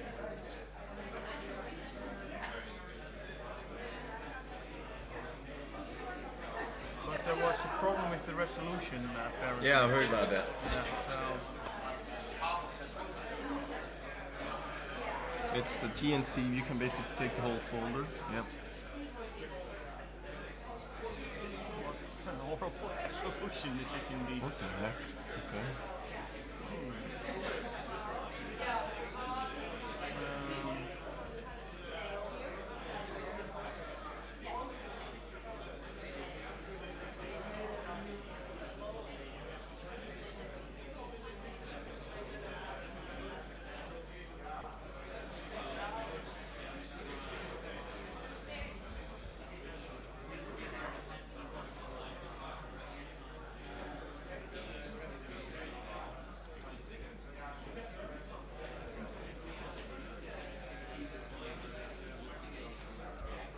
Good.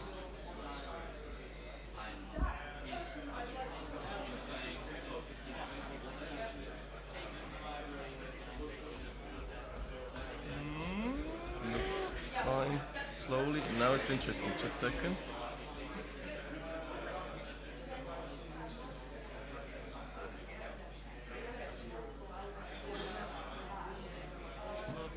For some reason this does not work here. But we can, since this is working, we can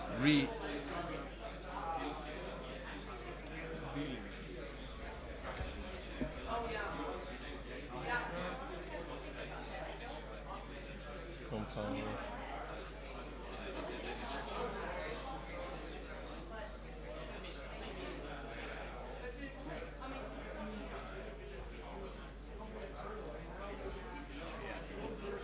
Always these silly Mac users.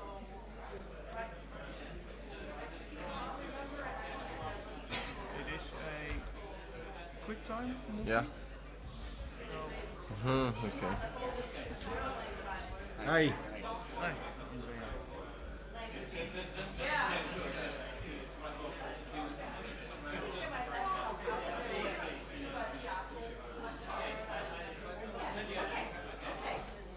When clicked, please.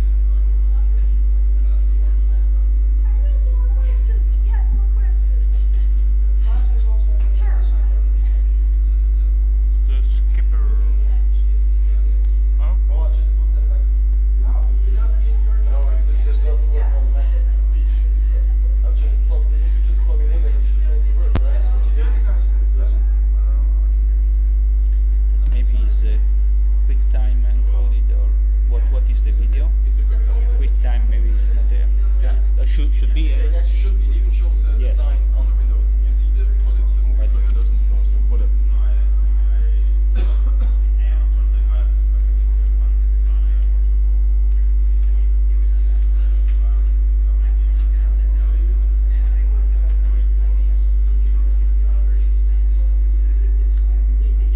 Just to be on the safe side, I'm also going to download onto these slides.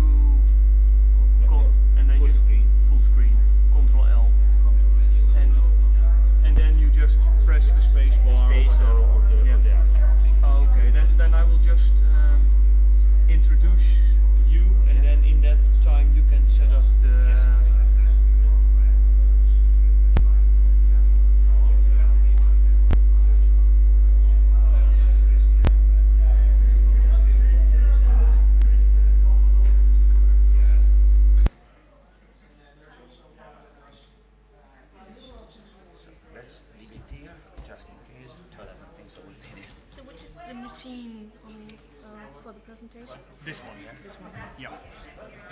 So I think you get this microphone from people. It's there already. Yeah. And then it's just a matter of hitting the space bar if you want to move on.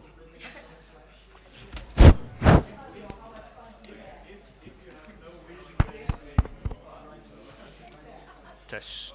Test. Yeah.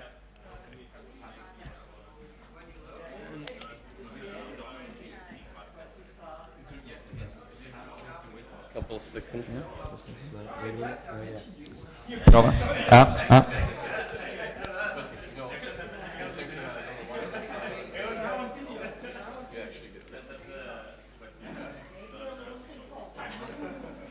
No more time for it. Do you want us to sit this down then? Probably, yeah. We have 7 minutes left, so if you want to go for a quick cappuccino, espresso. I'd rather have a coffee order.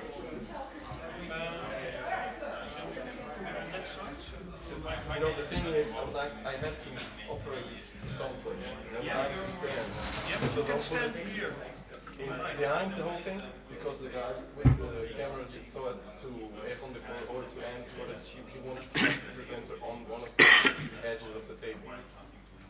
Because you just see, you take a picture here, you present it with the screens in front. Okay, so you two should be on that corner then. To operate that.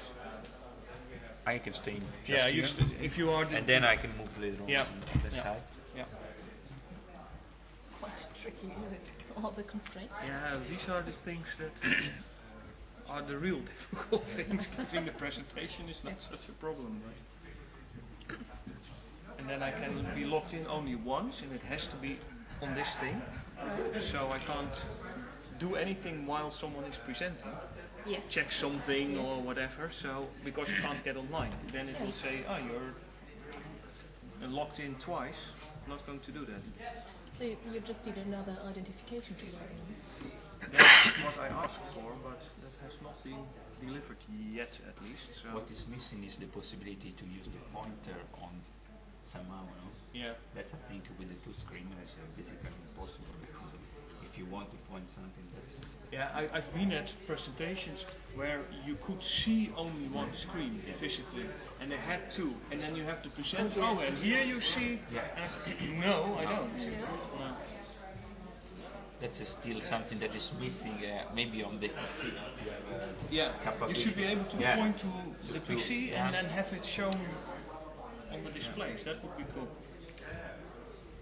I am quickly going to the bathroom, if you will excuse me for 1 minute. Otherwise it gets so messy here.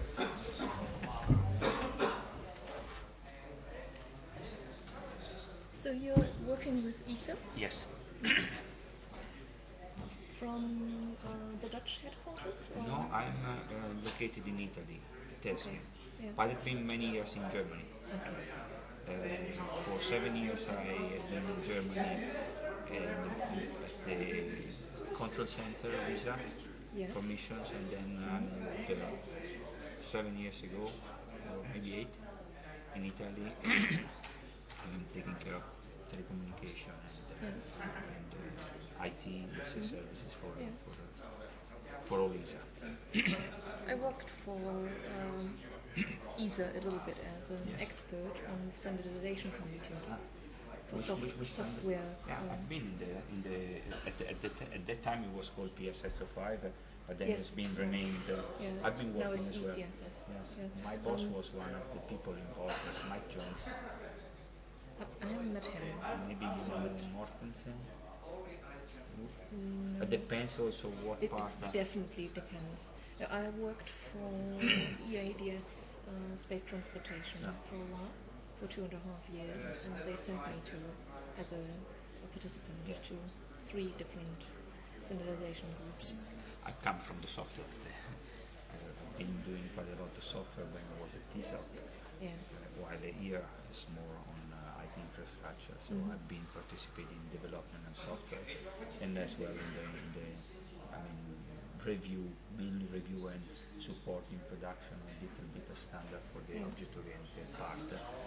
That was starting, let's say, around the 93, 94, we have the first big development on object orientation. So we bring back to the standardization committee the experience we got in developing radar complex after So the changes in life cycle as well. Yeah, there was a big change compared to the traditional waterfall approach of the PSSO5 or other models that were in the standard. I worked with a group who tried to use agile methods, so slightly, not quite extreme programming, things like that. But it's not yet mature enough to be used in this context.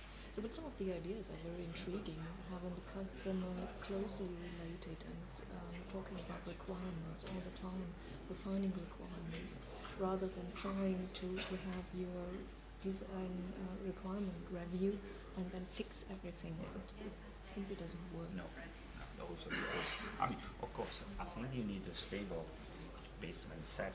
Otherwise, if everything is changing every day, you cannot do work. But really. At least now, I mean, the capability and possibility to extend the baseline and later on to adjust things. I find this idea in working on iterations, where even the earliest of the iteration delivers an end-to-end functionality. This is quite intriguing because it gives a very good feedback for the customer as well, and then you can develop together in the same direction. So I think it is promising, but we'll have to wait and see how it works out, and especially in how far it gets into space programs.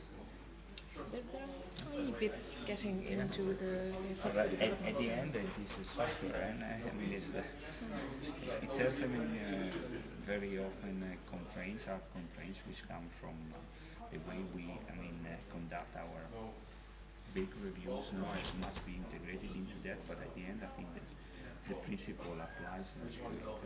Just need a little bit of tuning. I find this a little bit more flexibility than is suggested. There are very interesting problematics. I've been working for a multi-mission system that was, to a certain extent, to be used for many missions by taking the kernel and instantiating it. Have you turned it on? No, not yet. Oh, then it's the microphone should pick it up. I could hear your conversation in the back. But nothing. So nothing. No. Just talking about previous. Yeah, and that was a real issue from a Unix source, different missions has their own customization, and that's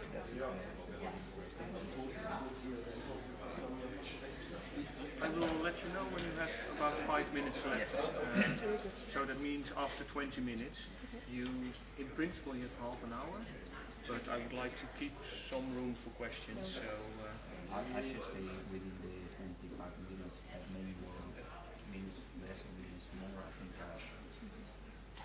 You would like us to sit down there? I think it's more convenient. Probably, yeah.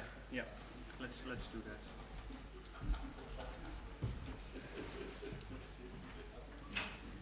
Let's wait 1 or 2 minutes for people to file in again. Now I'm going to remove my camera. Don't think anything bad of it.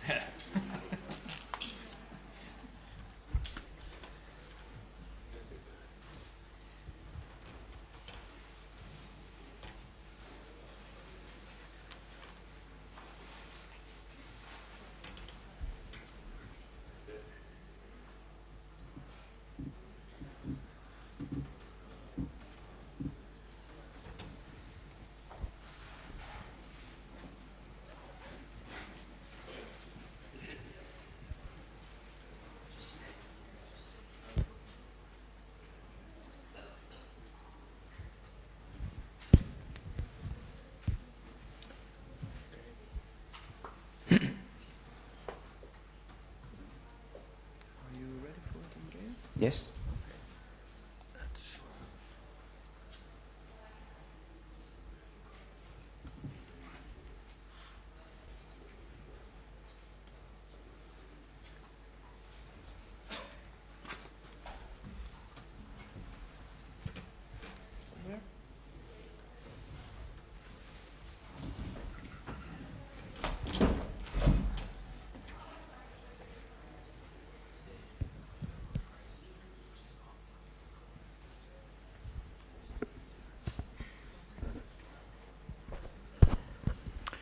Hello back, everyone.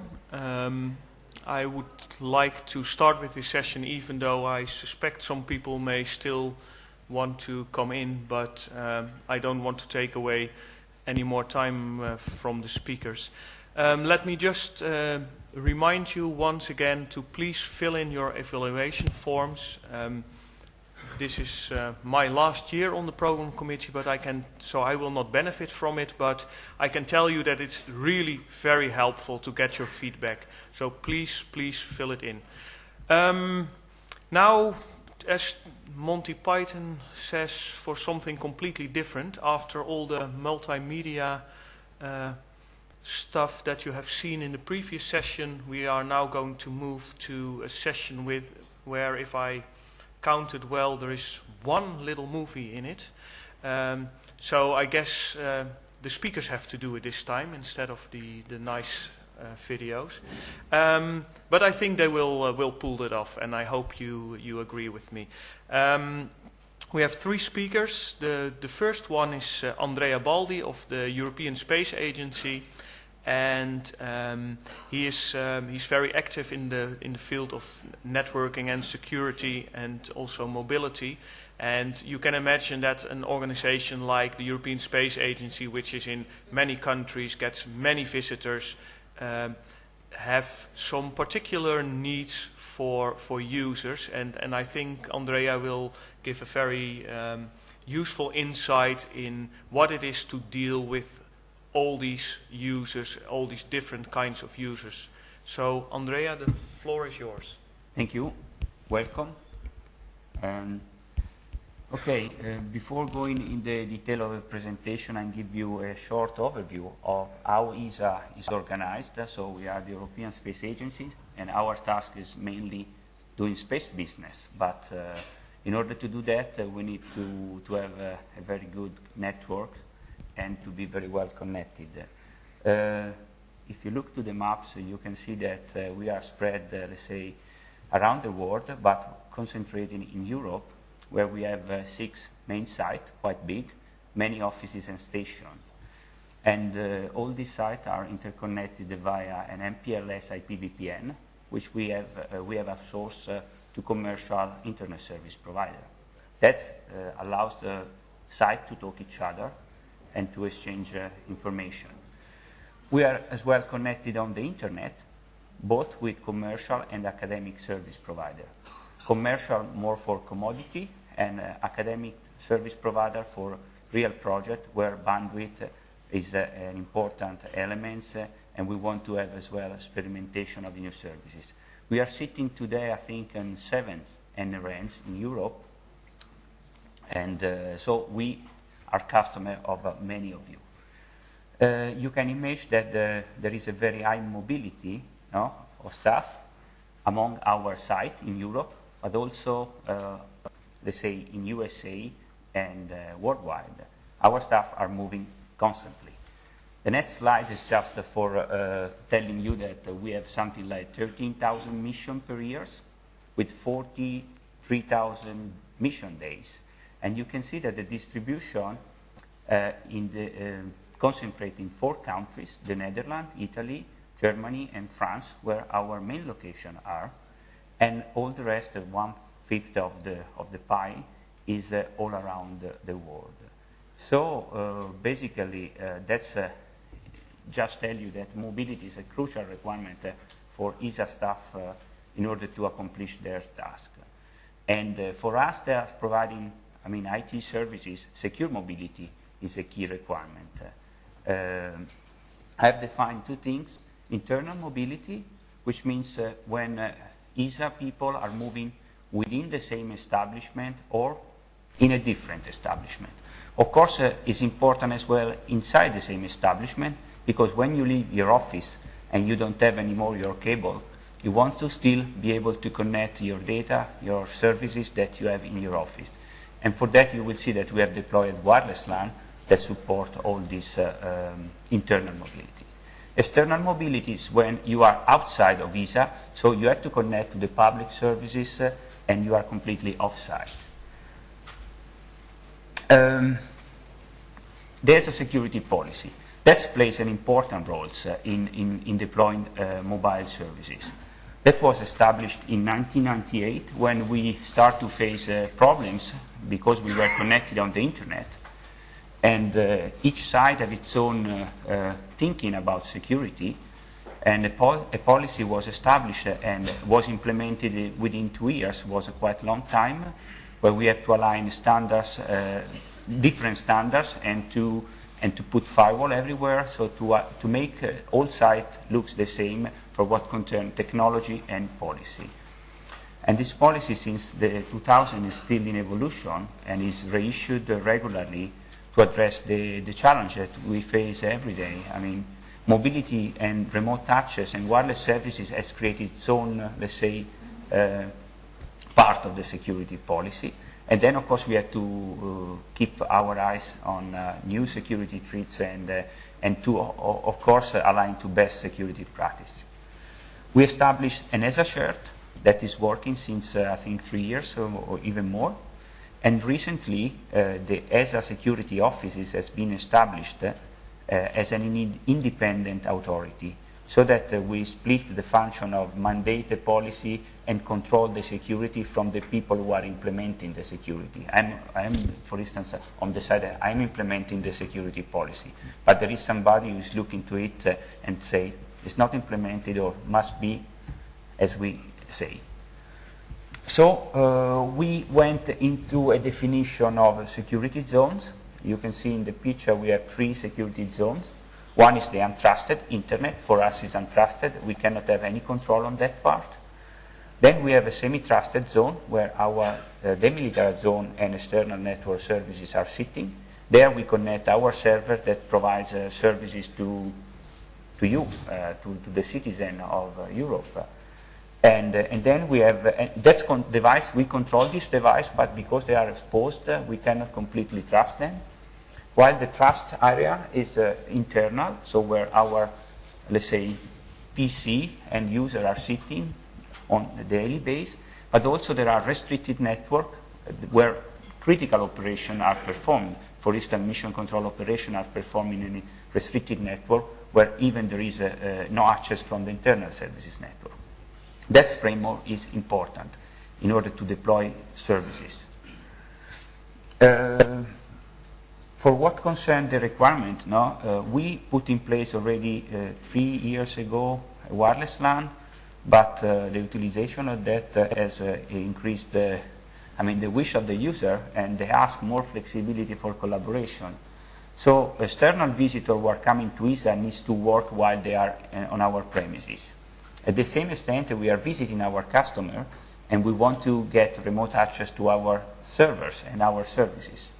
And that is a clear requirement that in the last years has been on our desk. We want to as well increase the service level and manageability of the service, and to be able to respond quickly to problems and isolation of the problem and fixing. And also decrease the lead time for upgrade and extension of our services. Very often people, I want wireless LAN there, and the lead time it was quite high. Now we have found a way to do things quicker and possibly better. And last but not least, we have been always pushing by the security office to have in place better security mechanism to protect better our data, and to look into problems that we are facing now, like rogue access point and ad hoc network in the wireless field, and to be able to enforce the security policy. That I remember that we started with the Cisco wireless LAN, which was based on the LEAP proprietary Cisco protocol. That was the best security things at the time. But we changed recently, and you will see later on. So the internal mobility is achieved via what I consider quite modern wireless LAN that is providing multiple wireless LAN and SSC on the same access point. So in the same room, people can work in different areas. We have adopted VPA and protected the app as a 80.21x authentication mechanism. And by the way, here we have done a good collaboration with SurfNet. We had a workshop together to understand what was the way forward for ESA. And after, I think it was 1 day's full workshop, we created the foundation for this new architecture, and that has been implemented.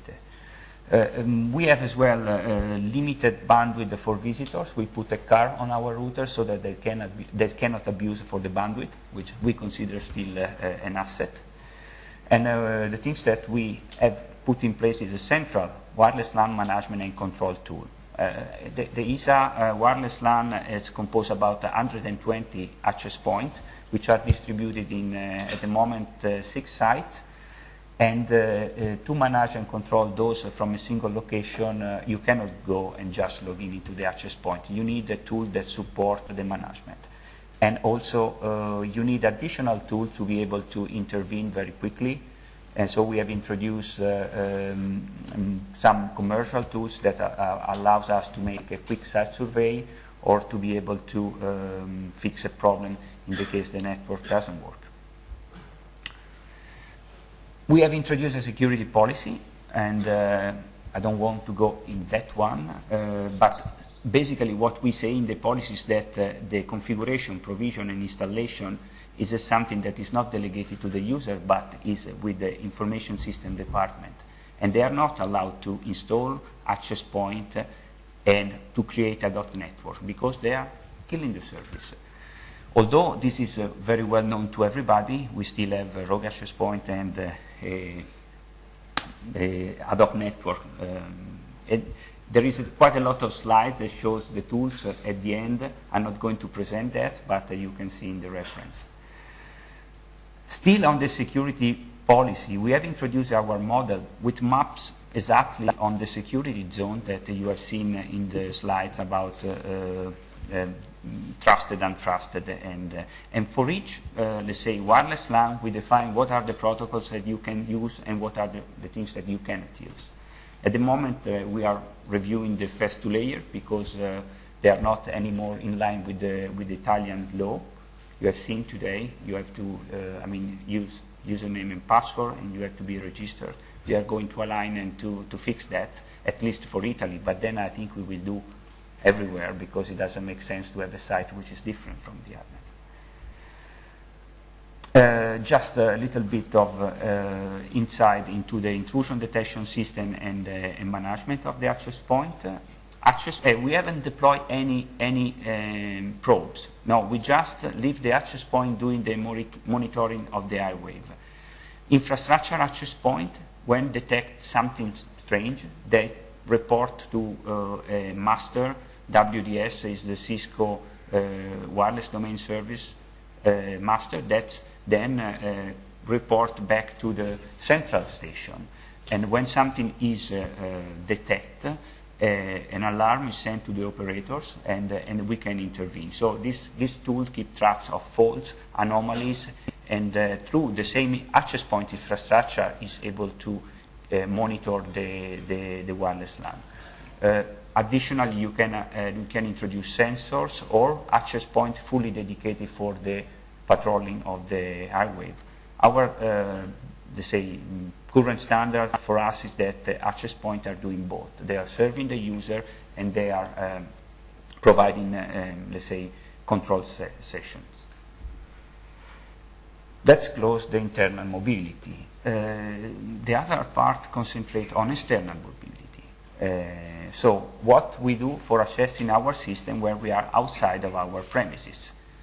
I forgot to say that we have not deployed a completely campus. We have provided access point in the public room and project room, so that basically where the people are usually working. Coming back to the external mobility is mainly for people who are working from home. We call teleworker. The people who are traveling on mission, you have seen something like 13,000 missions per year, but also for people that are going in the middle of nowhere. When we do launch campaign in the French Guyana or in the Kazakhstan, there is nothing there. And therefore, mobility services for coming back to ISA, are very important. We have something 1,500 users. Some are occasionally, they are using from time to time. 30–40% are regular, means on the daily basis they use the mobility services from home, and then there are road warriors that they connect at any time from anywhere. These are the difficult customers because they also don't care too much about security. We have defined 3 mobility packs. The first one is the simplest. It's just SSL based with web client access, so that you don't need to carry even a PC if you wish. Then there is a mobility pack 2 that provides SSL based web client access plus IPsec, and also mobility pack 3 which includes dial-in services, which is still useful in some places.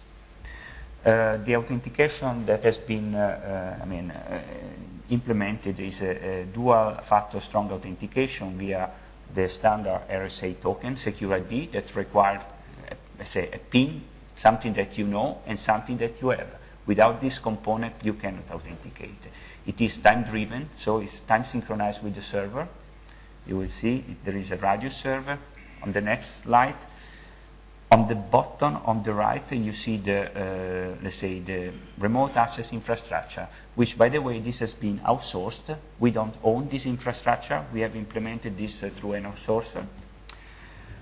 A user in the other box, let's say, perform first an authentication, that is the brown path, using this token. It provides the one-time password and its PIN, and if successfully authenticated, either an IPsec tunnel or an SSL session is established from the client towards the ISP hosting center, where a gateway, an IPsec gateway, or web SSL gateway is in place. And that is routed through the IP VPN to the site where the user has its own data. And that's realized, let's say, the sort of, we believe, secure access to our network. We have established a security policy as well, so that people that are coming from remote, they cannot do everything that they are doing when they are inside. So there is a list of protocols. I'm not going to discuss that, but basically this is the baseline. What a normal user gets without asking anything. He asks the service and get it. Of course, we have the concept of Delta services, security request. If some people has a particular needs, that can be implemented. Rules on the firewall needs to be put in place, and access to specific machine, a specific protocol can be granted. And that is important, because at least you established a relation with the customer, and you know that that is the policy. And if you want to something else, you have to go to the authority to get the approval. And then I'm allowed to implement the changes. We have taken some extra security measure for the implementation, both of the web client access and the VPN client. On the web client access, I remember, is a centralized SSL gateway. We perform a client security scan. That scan so is able to launch some script on Windows, on Mac, and even on Solaris and Linux boxes, and looks for dangerous open port, check for antivirus, and for running processes. And depending on the result of the check, allows more or less. There is a minimum that is allowed. So HTTP, HTTPS is always allowed to the user. But if you have a successful security scan, you can allow also port forwarding, which is a quite nice feature, because you can run your email client through the SSL tunnel, and also other applications that our user needs to use. In particular, we use the ICA protocol from Citrix, so that you can publish application and, for instance, get access to Microsoft project, which is running inside the enterprise. That's quite easy access. No software deployment is required, and you can use even from an internet cafe at the level HTTP, HTTPS, because when you are in an internet cafe, it is very difficult that the security scan will be successful. On the VPN part, we have a centralized IPsec box is a north connectivity, and we allow only one tunnel between the client PC and the SIP VPN box. And this is the only things you can do. You cannot even browse the internet through your local ISP. So the only way of browsing the internet is to the endpoints of the tunnel through our, let's say, connection on the site, so that you are constrained by the firewall rules that are implemented at your site. So basically, as a baseline policy is applied. And we use, of course, ESP and 3DES as an encryption mechanism for the IPsec. Control and management measure. Remote access accounts are monitored because to detect misuse from the user, but also in the past, especially with dial-in technology, we have been into hacked account, which has resulted in high bill for us. So we keep our account under control. There is a review on the monthly basis, and we check what has been done on the remote access. We provide to our user sort of manual best practice so that they can avoid the pitfalls, because you have to remember that we have users which are expert and users which are not expert at all. So we need to provide a solution that works for everybody. And we have service management procedure in place to support the remote user via single help desk. So you can call the help desk, and if you get a problem, they will support in getting connected and giving a little bit of support. What is the new things we are working now is that people want to have a connection from everywhere. So we are just looking in public Wi-Fi hotspot and GPRS UMTS. In our concept, we believe that these services are mature to be managed off the shelf, so with a service level agreement with the provider. And we are looking for a single billing and support service. So we don't want to deal with too many people. We want to deal with a provider that is able to do everything for us. And very important to provide a single user interface to our user. So we want to continue to use our VPN client and not additional technology. And iSecurity, both on the authentication and data privacy. The service should run for 24/7 and integrate with existing mobility packs that we have deployed. So we want something that layer on top of it and not something completely new. And we need a flexible cost model to satisfy the need of intensive users, the people who are always there, and therefore maybe they need a flat rate to that, but also occasional user that moves maybe a week in a year or not so often. So we need to have something that satisfies both user categories. That will be layered basically, because we are in a pilot phase on mobility pack 1, 2, 3. Very likely will be mobility pack 4. And we'll use the same RSA secure ID as authentication, SSL and IPsec for the IP security layer. And mechanisms that are in place are Wi-Fi hotspot and GPRS UMTS. Although the GPRS UMTS, it looks very, very expensive at the moment, so will be probably deployed only for directors or those people that can afford. Just to come back on that one, you see that there is a new bubble, the Wi-Fi and GPRS UMTS clouds. And the issue here is to have a single sign-on, so because we don't want to have a sign-on with each providers. So together with our internet service provider, we put in place a solution that allows with the token, okay, with a single sign-on to get fast authorized on the Wi-Fi provider, and after that into the enterprise. If you don't succeed in the token authentication, you are disconnected from the Wi-Fi provider. Conclusion. I think that secure mobility is something that an enterprise like ESA needs to have, but shall be built on top of the security, and you need to plan ahead. And the security must evolve as a service together with the mobility. There cannot be two separate things. The security policy needs to be in place, and properly communicated to the user and therefore can be enforced. And the management support here is really critical because very often users do not understand why you are putting constraints to the requirement. And that is very, very important. We have found that even if we are dealing with providers for some of this, the use of standard is a key factor for success. If you are using proprietary solution, you are on your own. And the standard allows you to integrate different technology that works together, and I think the market is mature. And last things, I think that in order to do this project, you need a good balance of technical skills, but also managerial skills that allows you to deal with the user, to provide what they want and what they need, to be able to satisfy their expectation, but also to be able to implement in a secure way. Let's conclude my presentation. I'd like to thank everybody for being here. Thank you, Andrea.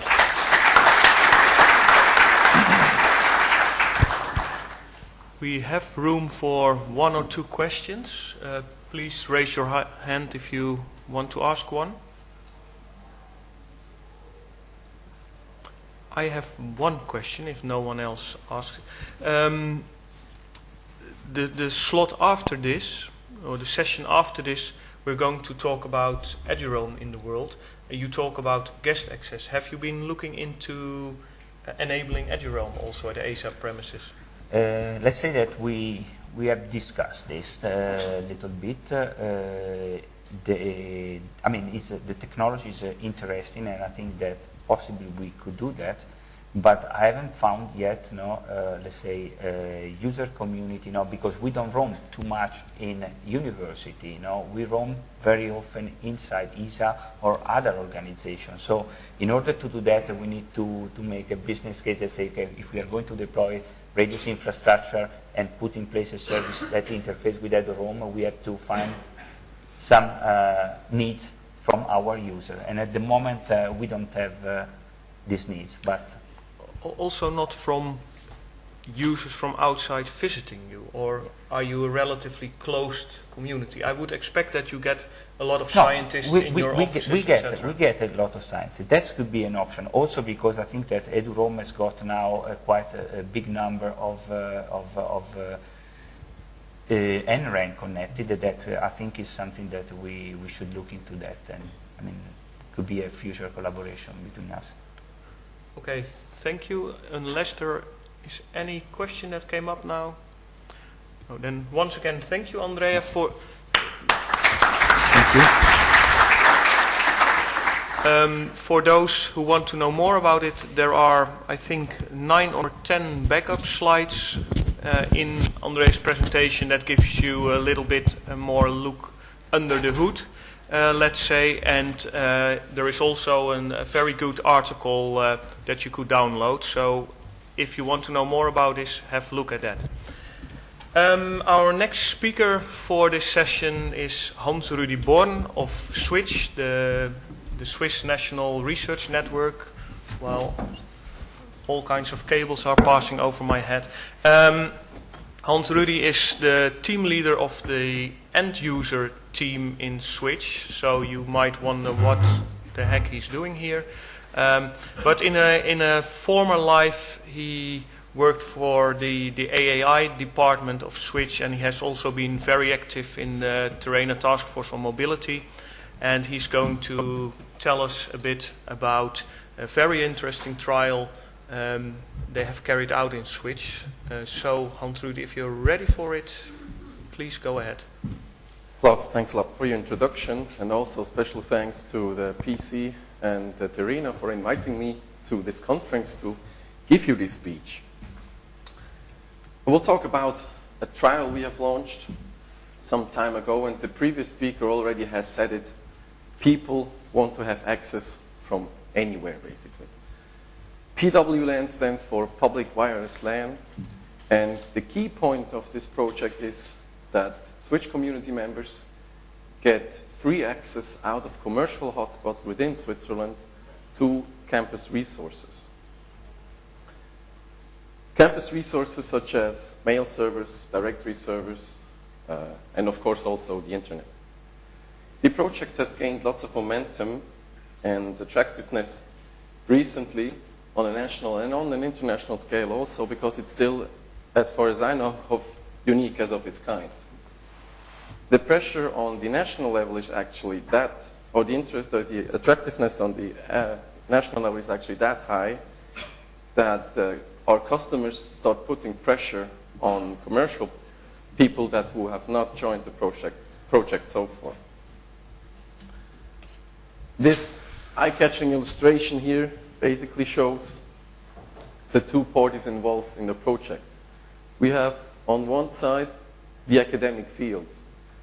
Bologna in 1999 was just one of the facts why we did a survey within our user community to ask for a necessity for roaming issues.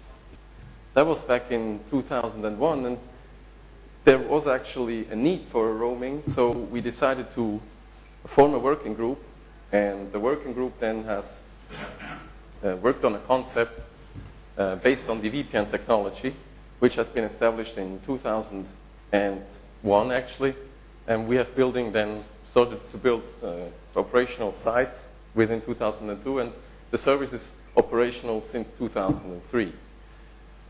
It's actually quite a story of success, this physical roaming solution, because we have connected up to now 90% of the schools within Switzerland, or of the institutions, and that is in numbers 23 schools, federal institutes of technologies, University of Applied Sciences, and research centers. On the other side, in the meanwhile, we have the commercial market that has also developed a lot within the last 3 years. Wireless ISPs, I will name them WISPs from now on, have created services for nomadic workers, basically trying to give them access anywhere and anytime. So then the idea comes close. We have two systems that actually have the same purpose. They want to enable people with physical roaming. So why don't we interconnect those two systems? And that is basically the motivation to start to put energy into this area. Within my presentation, I will address some insights of the project.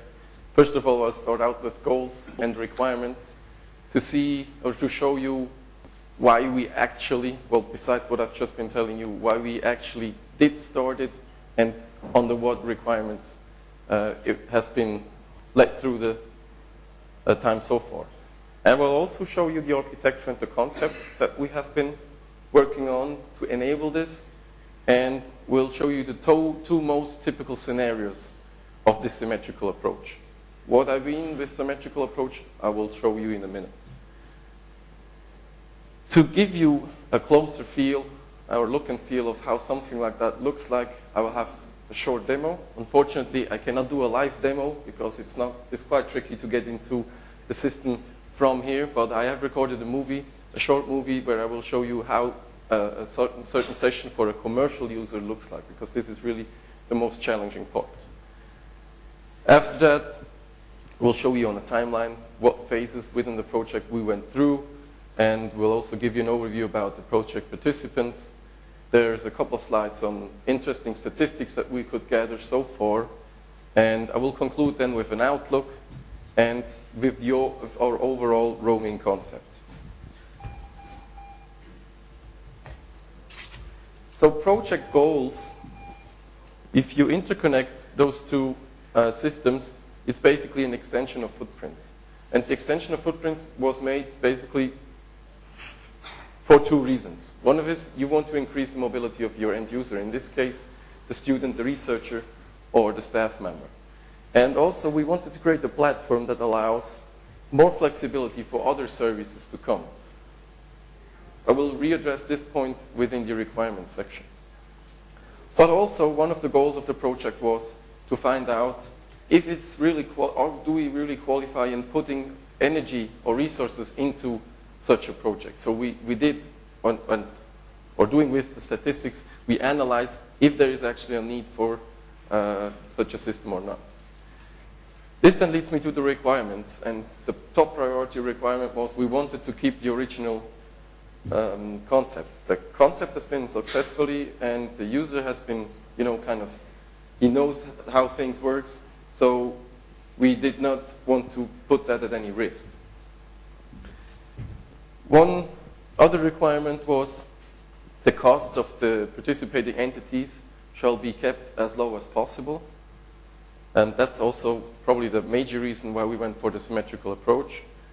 We wanted our partners not to restrict on the flexibility of choosing an own wireless ISP as a project partner. The solution should be combinable with, of course, all of our constraints within the AAI area, and also with the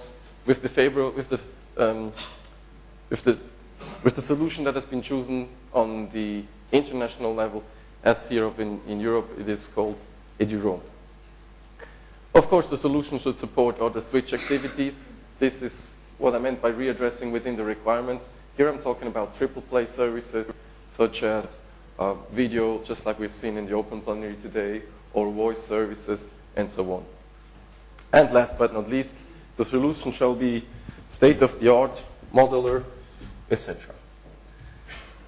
To bring you closer to the concept, I really want to show real quick how the original Switch Mobile concept worked. The Switch Mobile partner operates three things. This slide here shows two universities, a green one and the orange one. And the three things are, first of all, it's a docking network, which is in 98% of all cases wireless, and it's unencrypted, it's unrestricted in terms of IP or MAC addresses, and it's totally unsecure, if you want to name it like that.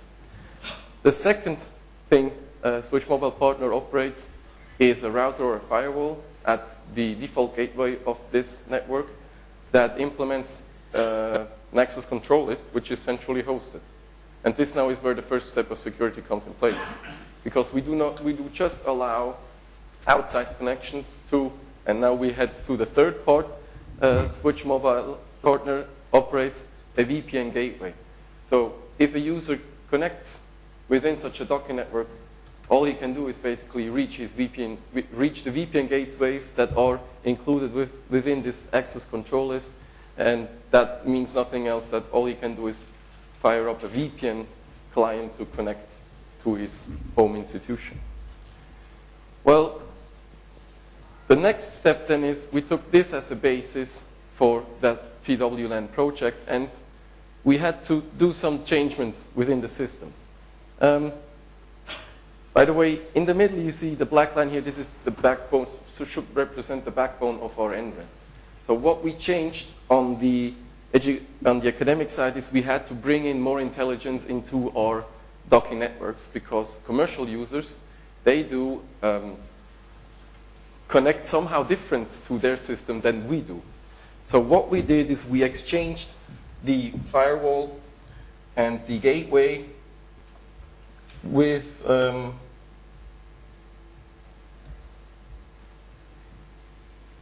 sorry.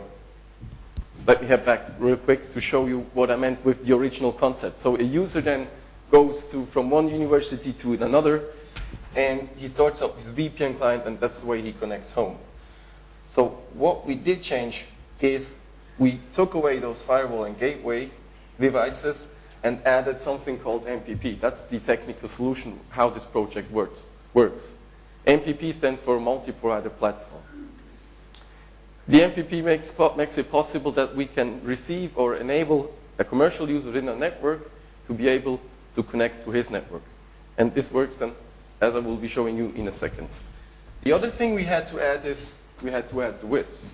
As I said, it's a symmetrical approach. So symmetrical in terms of all users use their networks or their hotspots, and their users now also use our hotspots.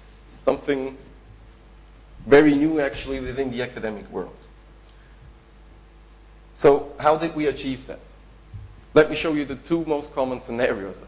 This scenario now shows you what if an academic user moves to a commercial hotspot within a fast food restaurant, major coffee shop, wherever you name it, and he basically connects the same way he does as within the original concept. He connects to his wireless, because also those wireless ISPs, they do operate networks that are unencrypted. So he connects, and the wireless ISP has also implemented, and that was part of the commercial area, side of the project, he has implemented our access control list.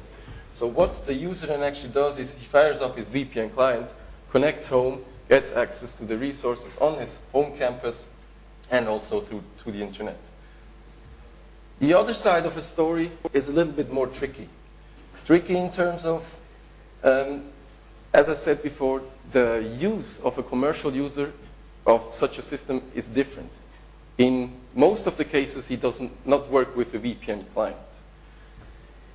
What a commercial user does, in our case, or no matter if it's an academic hotspot or a commercial hotspot, he takes his laptop and also connects it to the hotspot or the docking network, same thing. He then fires up his browser and surfs some web page. And in our case, is being confronted with the web page that is being offered you by the MPP. That web page offers him then the possibility to choose a commercial provider. The technology used for that is called iframe, so it's basically a click to roam feature. You click something and then your traffic is handled in a different way than it has been handled before. In our case, he clicks one of those iframes and his traffic then is being put into a tunnel that connects the MPP with this corresponding provider, and the user has also been redirected. So he will face then the actual landing page that he also is being confronted with when he just is using a commercial hotspot. And there it's basically the same thing like it does as when he's in a commercial hotspot. He authenticates then there on that landing page and is being given access to the internet over the network of the wireless ISP. This is the way it works. This shows you now the symmetrical approach. So our users use their network and their users use our network. The way we have set it up is we also wanted to get rid of policy issues because we haven't had policy issues before. We didn't want to have policy issues now. Every party involved here is responsible for its own users. Through the VPN, the VPN is just another arm of an extension for virtual extension for a user being abroad, but actually being part of the university. And in this case here, we have made it mandatory that those wireless ISPs, they do a net when they hand off the traffic into the internet, so that it's not possible that a commercial user coming from an academic hotspot is visible with an IP address of a university out in the internet. So abuse cases will then be, through the net, the abuse cases will be headed directly to the wireless ISP itself. What I would like to show you now is the movie I've been telling you. And the situation that I will be showing is how does that look and feel for a commercial user in an academic hotspot. So what you see here is actually my laptop, and I therefore use the, oops.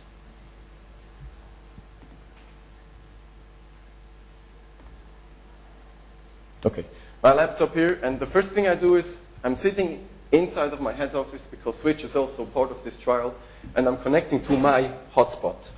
And Switch represents an academic hotspot. So the first thing I do is I connect to the wireless, and what you see here, now it's connected.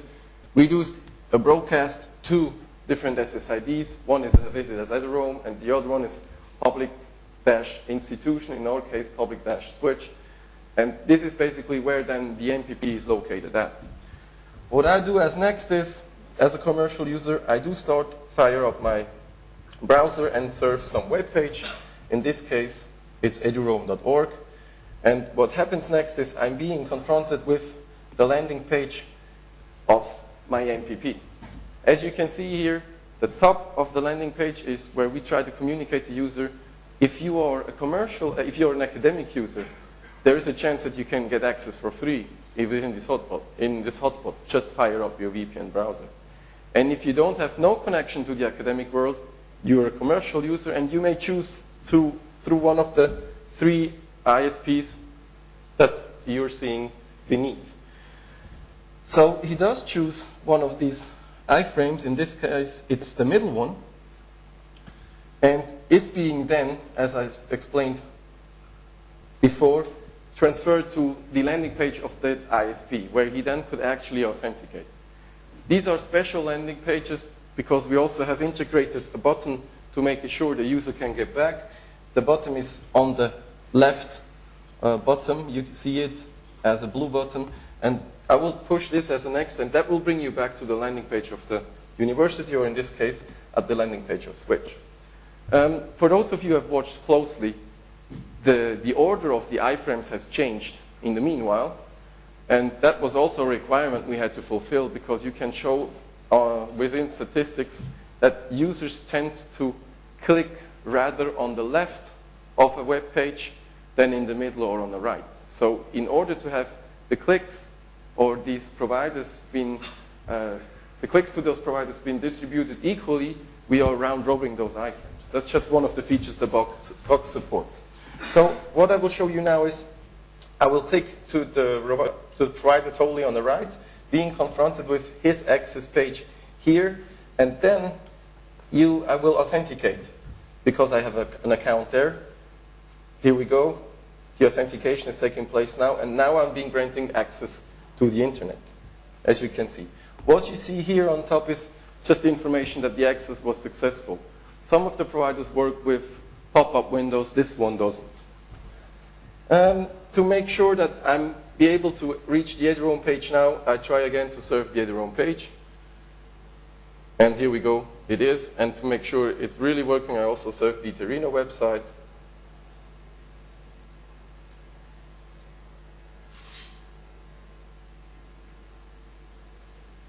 Here we go. So when I'm done working with that and I want to log out, in this case, the provider then gives me the possibility to start up a certain link where I can disconnect the session, because commercial users pay using academic hotspots. They pay their providers. They do not pay us. And then I'm being logged out. Here we go. Get some information about the session. And what I also then was trying to what I want to show you is, now that I'm being logged out, I should not get access to the actual website anymore, but I should be confronted with still the website or the landing page of the provider. Here we go, and then hitting back the button that takes me back to the original landing page of my hotspot. So this is the procedure that illustrates how this works. Within the project timeline, you see we have started out in 2004, about third quarter. First, we had some ideas. We started talking to the WISPs. Then we went for a concept. After the concept has been worked out, we did search for trial partners on the academic and the commercial field. We did a feasibility study at the beginning of 2004. And after about the first quarter, we already knew that we want to go for a trial, because the feedback of the people involved was really interesting. So we did decide to go for a trial, a first period with a smaller amount of schools. Then that was really successful. So already within that first period, we decided, or at the end of the first period, we decided to not just go for a second period where we would open up the trial on the academic field to have more schools being involved, having more different wireless systems, because schools are very heterogeneous, included within the project. So what we did then is we also decided already at that point we want to make the service available for everyone, and that will be in about 3 months from now. Whereas the second trial period has been concluded. This slide shows you who has been involved within phase 1 and who has been involved within phase 2, different universities. You see in phase 1 we have about 30,000 potential users being involved, and within phase 2 it's another about 40,000. So this all adds up to currently about the potential of 70,000 users being involved within the trial. And on the right side, we have the 3 commercial partners. You see all in all about 700 hotspots that they can use, spread all over the country. Now, the 2 slides about the statistics, please don't take these numbers for granted, because depending on the criteria, you're looking at something like the market share of those WISPs, you might ending up finding a totally different graphic. This one is something I have put together while talking to different people in the market, and it shows that you see on the right side the names I've just been mentioning before. It's basically with these 3 providers we're working together now, and we're also working with some of those 2%, as for example, the Unique Airport in Zurich is such a provider that operates its own wireless network, and which the use of it is commercial, but it is a very interesting point because people try to tend a lot to travel and then go through Zurich. What we're still working on is on the left side here, on one of the biggest commercial provider in Switzerland. This slide shows you just one case of the usage of this system. And it just shows you, let me get back real quick. It shows the usage of the people from the Federal Institute of Technology. So it's about 20,000, 22,000 people that have used the monsoons hotspots. So what you see here is within the first year, academic users have transferred never less amount than 26 gigabytes in and out of such commercial hotspots. And that's for over a period of 6 months. And to have the other side, it's just been like 23 commercial sessions that were made out of an academic hotspot to a commercial one. What has been really amazing is that this has increased a lot, as you can see, within the first quarter of 2006. So this is just a period of 3 months. We have now a total amount of traffic, about 40 gigs being transferred in and out. And really interesting, suddenly we have 123 commercial sessions. So there obviously is a need for both sides. And that was also one of the most driving factors to keep on continuing with that project. This lets me conclude in the outlook. I have mentioned what we did, and I would like to mention what we have planned. Planned is that we would like to integrate more commercial partners. My vision would be to fill the cake. The green part shall also be part of the system. Because then this makes it really interesting. As for Switzerland, as a very small country, we would then offer about 1,500 to 1,600 commercial hotspots that could be used by academic users.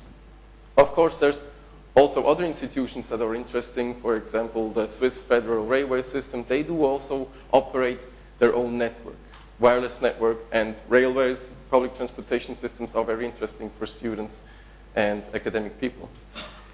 Of course, we have to also establish still a more flexible framework, legal framework, that we're working with an interim roaming agreement now, which is not very flexible, but as for a service phase, you want to have something flexible where you can add and delete users or institutions within your legal framework. What is still missing is a central database for all the hotspots. Every commercial provider being involved in the project has his own database, so we want to bring them together.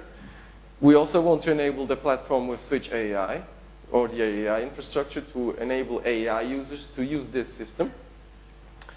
And of course, we want to evaluate upcoming technologies such as WiMAX, which could be a very interesting alternative to wireless LAN, even though it's been designed for point-to-point connections at the first place. But then people were thinking further, since the nomadic roaming was so interesting, it's also been designed now for roaming. And of course, 3G, and further on down the road, about 2010, 4G. My final slide is the overall concept in roaming we're currently visioning or following in Switzerland is we have the regular mobility project that I have shown you at the very early stage of the presentation that is based on VPN. Only academic solutions are within here. And we have extended that now with but also only nationally to a commercial side with the PWLAN trial. If you make a one step further, open up the scope to Europe or global academic world, we are also participating in the EduRoam trial. And if you want to get the full picture, we are planning on rolling out iPass to the universities so that you can basically get access anytime, anywhere. Thanks a lot for your attention.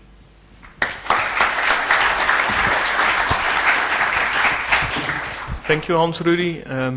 As you can see, they have big expansion plans. Switzerland is already bordering Holland by now, but are there any questions about Hans-Rudy's presentation? In the back?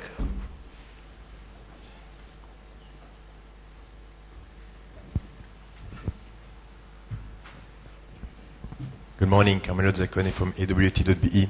I would like to know, do you ever already plan or maybe plan in the future to enable voice over IP services in this roaming context? Because there is a trend nowadays where people might be using a VoIP Wi-Fi phone in order to roam from places to places, and in that concern there are maybe two issues that might occur. The first one may be the fact that when they access the portal to access, of course, the service, the design of the portal might be not actually suitable for having the opportunity to browse with those kind of small devices, small screen devices. And the second point might be there is a need also, if we want to offer quality, to enable quality of services for those access. So maybe do you plan those kind of things, and would like to have your opinion on that subject? Yeah, very interesting question. Actually, we do. To take it right away. The portal, by the way, is very, very flexible. We can authenticate already today PDAs. And the portal or the technical solution as you see it is based on open source software. It's nothing else than open source software. It's been developed by one of our universities actually, not for this project, but for a commercial partner in Switzerland, Unique, the airport operator in Zurich, uses the exact same system. And there they have the exact same needs. So the box is already, basically, you can have anything that is out there. It is capable of doing 8021x transparency. It's capable of doing handling VLANs, so 8021Q. It's capable of working with radius. And as I've been showing you earlier on, the requirements are we would like to add or add triple play services. You've been mentioning voice as one of those services to the system, and this is in the back of our mind. So yes, radius will be a topic from now, like we'll probably say short to mid-term, and also encrypted networks will be a topic, 8021x. Does that answer your question? Welcome. Any other questions? Thomas? I looked up T-Mobile location in Zurich during your presentation. I found out there are quite a number of them, and the reason for doing this is that they claim they're doing .1x on all their hotspots. And are you going in that direction, talking to the ISPs to actually see what their plans in these directions are, and then making how to put it together with your structure? And the other question that came to my mind is that a lot of those hotspots I found are in hotels, and I wondered, would hotels mind if students start coming in for using a hotspot? Also very interesting question. Thank you, Thomas. Yes, we are looking into the trends that open networks, unencrypted networks are being encrypted. Also, for one of the commercial providers, EAP SIM is a huge topic. And before really going deep into this, we're just trying to follow the trends, and we would like to start the services. Once the service is running in July, we will then further search for other fields, encrypted networks, and think about how we are going to integrate them. Because I believe the commercial hotspots as they exist today will not change from open to encrypted hotspots overnight. It will take probably at least another year or 1.5 years still to get everyone ready with 8021x or whatever technology within the encrypted field you want to use for an encrypted hotspot. Your second question, yes, it's not only that students go into hotels, it's even worse. Worse as you have seen the Federal Institute of Technology has the huge campus, and they operate a full covered wireless LAN network. And it happens that the campus is widely spread. Some houses or buildings are within living areas of people. And as you know yourself, it's hard to have your wireless signal, stop at the door of your building.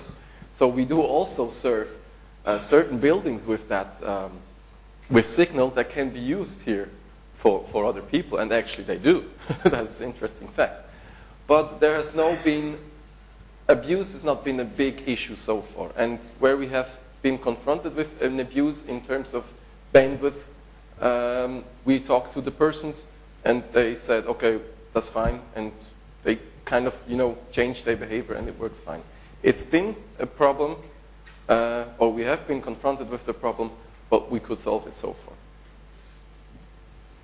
Thank you once again, Hans-Rudy.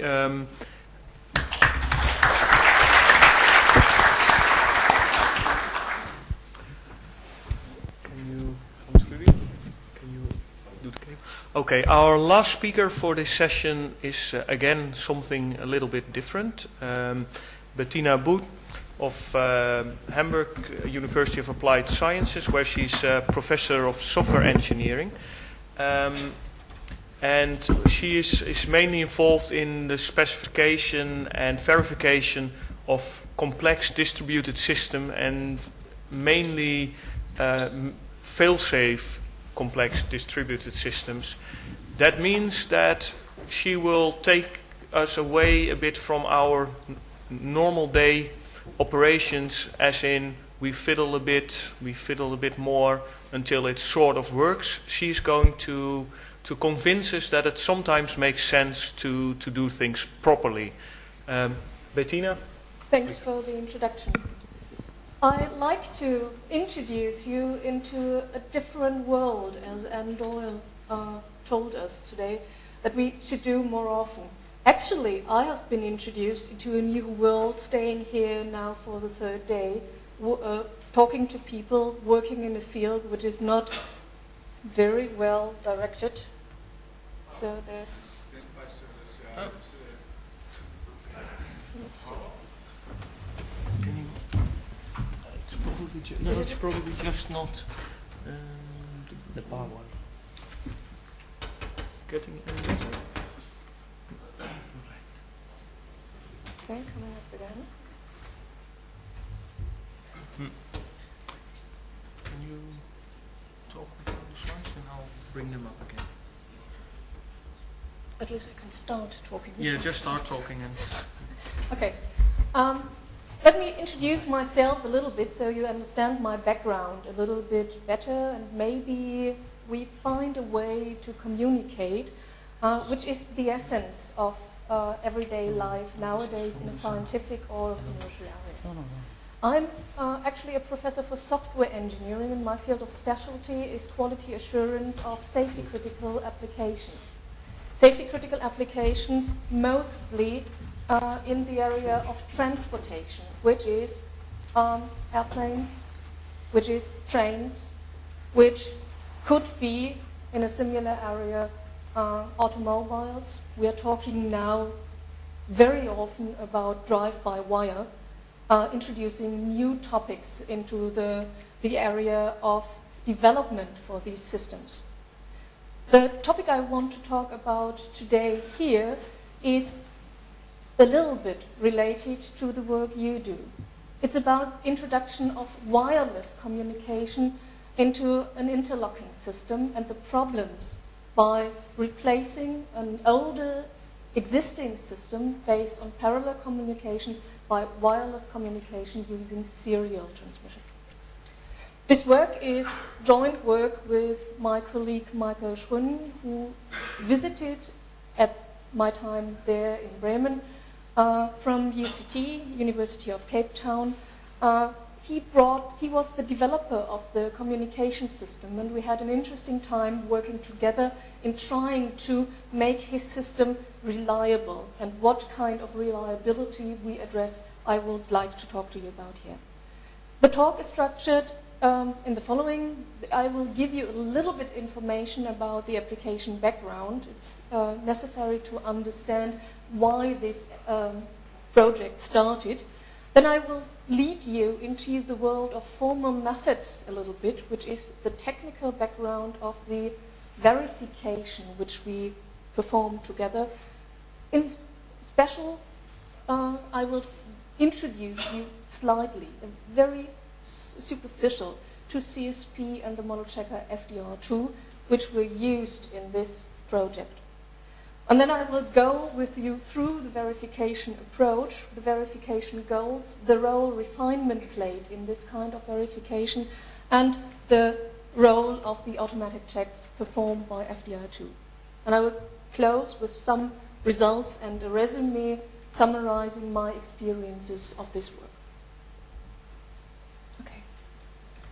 The project I'm talking about, and where I know not enough to go into the depth of all the technical stuff, is a project which was started with South African Rails, Transnet, and some of the sub-organizations of Transnet, where it was necessary to replace the old traditional communication between interlockings by a new variety. The problem, at least one of the problems, was that cable-based communication along tracks in South Africa does not work very long. Copper cable is a resource which is rather valuable, so people are driving around with trucks and collecting the cable from the tracks. So in order to have a safe communication, you have to find something which does not rely on these cables.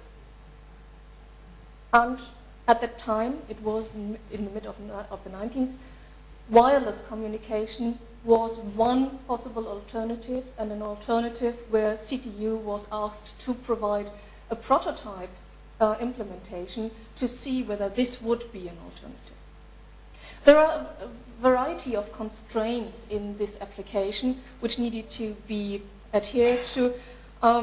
As I said, it should be wireless, it should be serial communication, it should conserve the external behavior with regard to the interlocking system. So, in essence, this is really a migration project. We have an existing system implemented in one technology, and you have to replace this system by something else working on a different technology without the environment essentially noticing the change of the underlying system.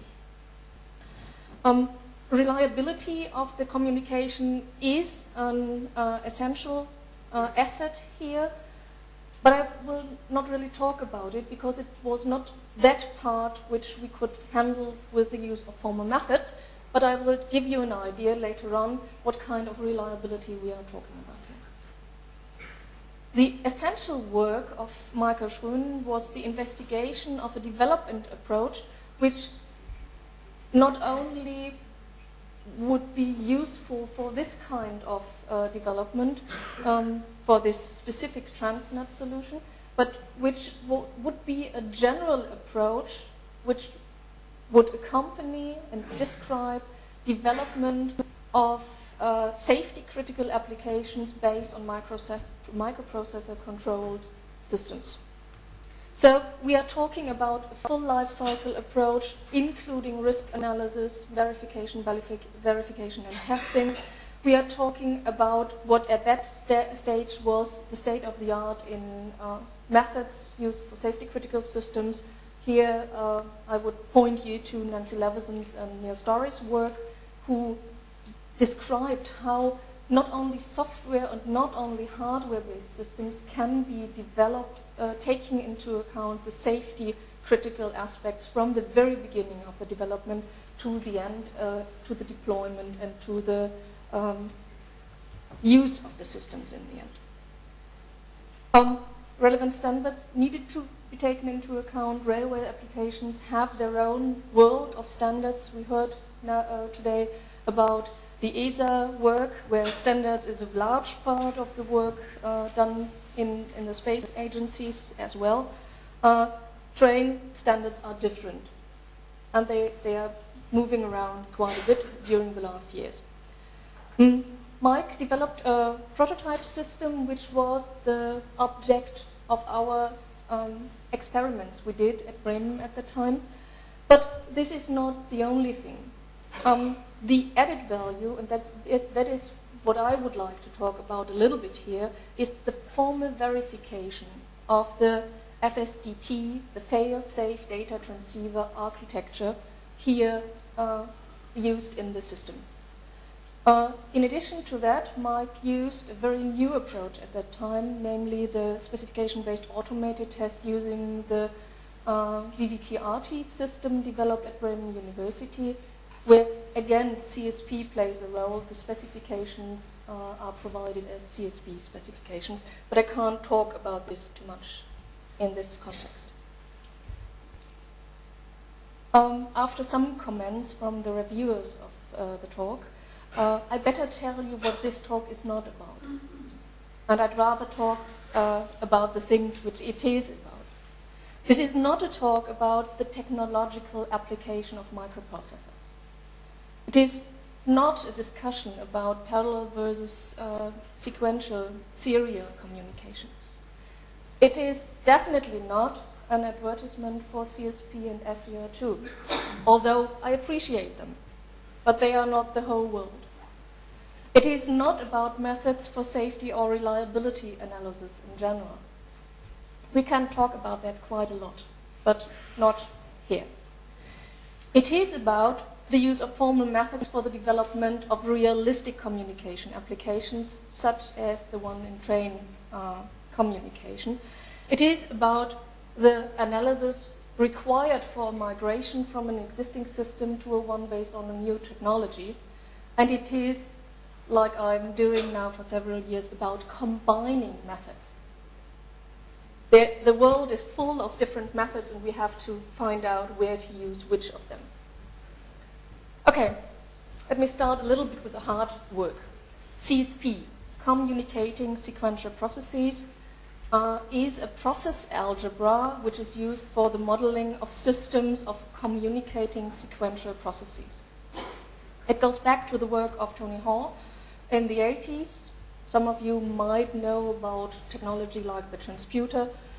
His work was continued by Mike Roscoe, a very comprehensive book published in 1998. And Stephen Schneider has extended this work in a more teachable way by timed CSP, which is in his book in 2001. CSP can be characterized as an event-based specification. So the idea is rather to look at what is observable of a process, the events that are used, that are provided by a process and which are consumed by a process. It is, and this is a little bit of a drawback in many of the experiments I have made, it is synchronous communication we are talking about here. And something I have grown to appreciate, it is an approach using stepwise refinement to come from a high-level specification down to something which can be implemented more or less one-to-one in a usual high-level programming language. The observables I'm talking about here are traces of events on the one hand side, but there are more to it. And this is something which is rather specific to CSP. It is also possible to observe failures, events that a process cannot engage in at a certain point in time. And it's talking about divergences, points in time where the process does not behave in a controlled way any longer. The semantics provided with CSP has grown in a rather rich community, so we can move between different semantic descriptions like denotational, operational, or axiomatic, and we can use the results of these semantics in a combined way. CSP offers you something which is of essential necessity nowadays, where we are talking about component-based development, where we are talking about heavy reuse in certain areas. It is hierarchical, modular, and compositional in its theory and its application. Specification and verification, you should know that there are two different ways of specifying the properties of a system. The one is the more property-oriented, where I state a property as a predicate in a certain logical description, and I say that my process has to satisfy this property. So you have actually defining an invariant of the property, which is what you do with many other specification models as well. In addition, CSP offers the process-oriented specification, which is what you need for the refinement approach. You say that P is refined by Q, or Q implements P, and this is one of the relations which are used for stepwise refinement.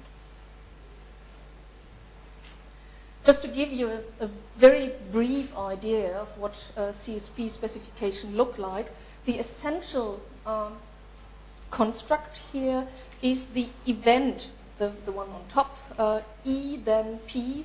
First we see an event P, and then we see something which behaves like P. You have alternatives in this language. It is quite convenient to model environments of systems as a non-deterministic process system, and you use non-determinism heavily in order to guide your tests especially. You have communication via channels. You have basic operations like skip and stop, where skip stands for successful termination, while stop means the process has halted but is stopped. It doesn't do anything sensible. There is sequential composition, and naturally we have several paradigms of parallel composition of such processes, the most convenient being the one with synchronization over a set of events. Then there is something like hiding and a whole cornucopia of specialized operators which can be used. Traces and failures. This slide should give you a brief idea there. I won't go into the detail, but rather tell you that refinement can also be used on the different semantic models, on traces, on failures, and on failure divergences. The most essential property here is the compositionality below. It says that whenever I can replace one component of a system by a refinement of that component, then this extends to the whole process set. It's not that surprising. It's what we want, but it's not available in all of these systems of specification. FDR2, just briefly, is a verification tool for CSP specifications, allowing refinement, property checks, deadlock checks, lifelock checks. It's based on standard, state-of-the-art model checking techniques, a transition system as an internal representation, a systematic exploration of the state space, which is rather large compared to some other academic tools. We can handle several million, even billion states in this tool, but you would be surprised to see how fast you reach this kind of growth. Okay, for more information, there is the reference to the formal systems page. Let me get back to the FSDT. The verification of the FSDT incorporated several goals. The one is the pure functional correctness on several integration layers. This is something that Mike defined quite consistently on the basis of standard safety development approaches. Then there are safety and dependability properties, which are essentially tested using the specification-based tests. And last but not least, there is the design, the verification that the architectural decomposition of the system is indeed fulfilling the overall requirements of the communication of the interlockings. This has been done in a top-down manner.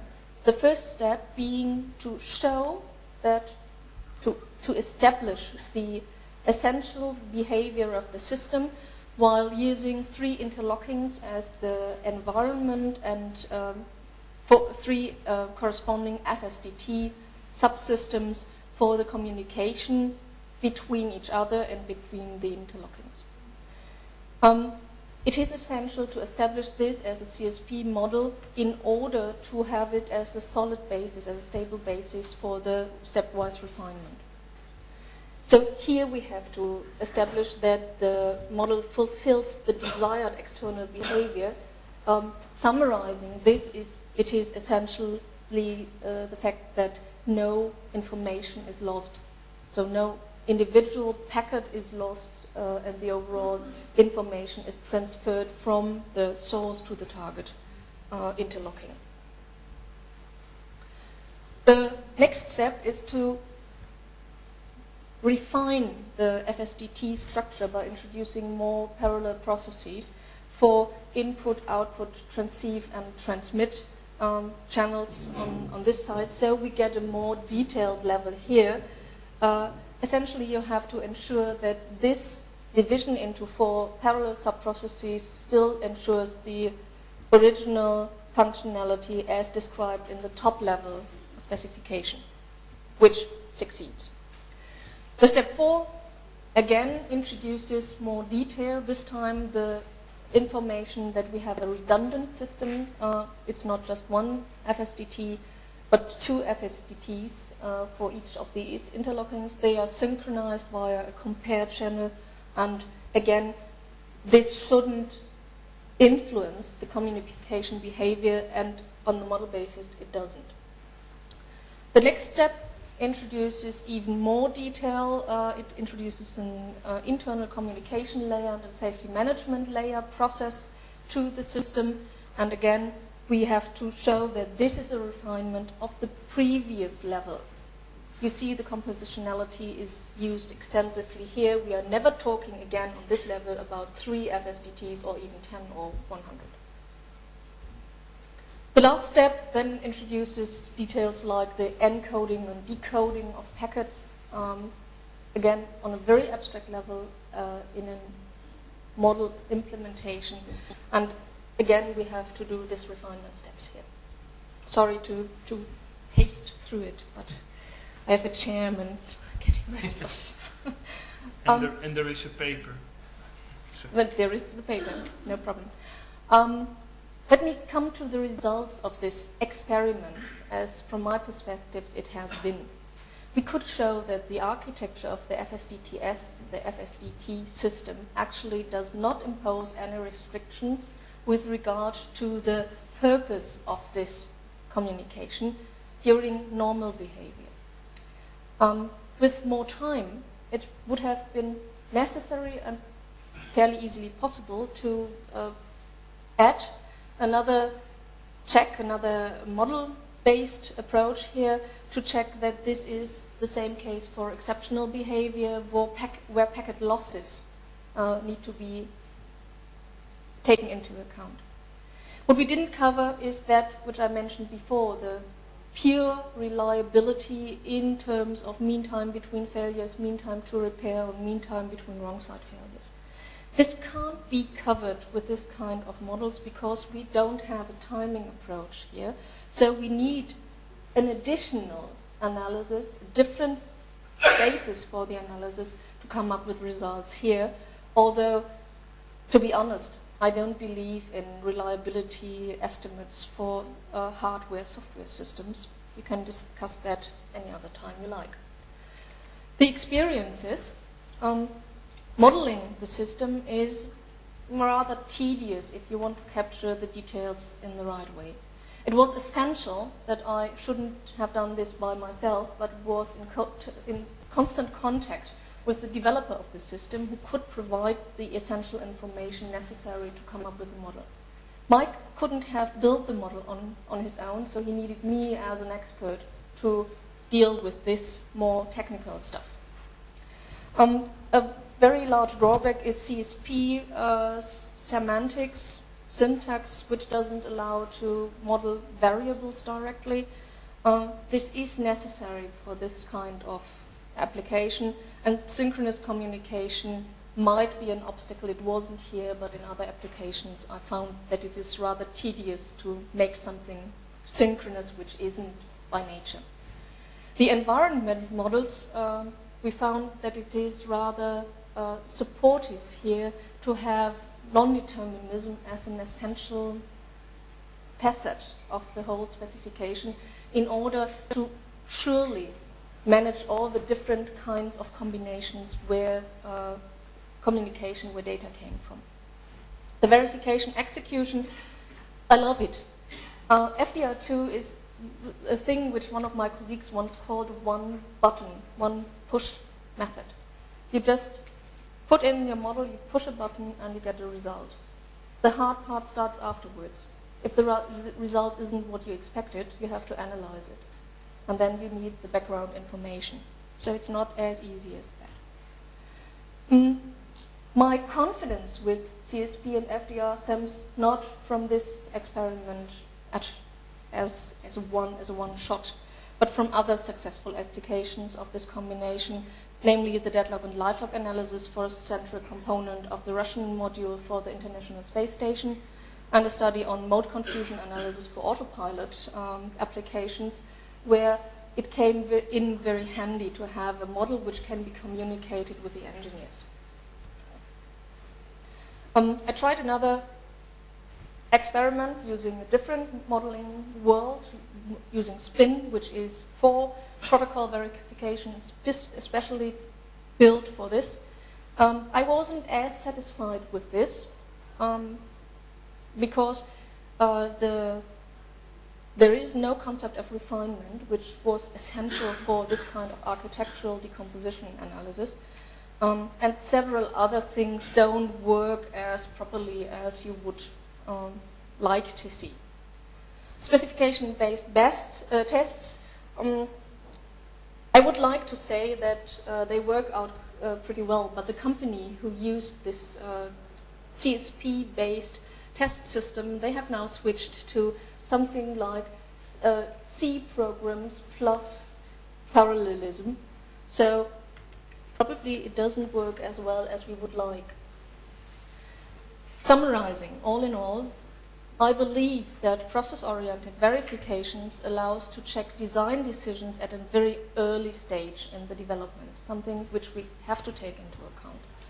Specification using CSP requires expert knowledge, but it can be done, and it can also lead to specifications which can be communicated to the application experts, which cannot be said for all the specification languages and modeling approaches.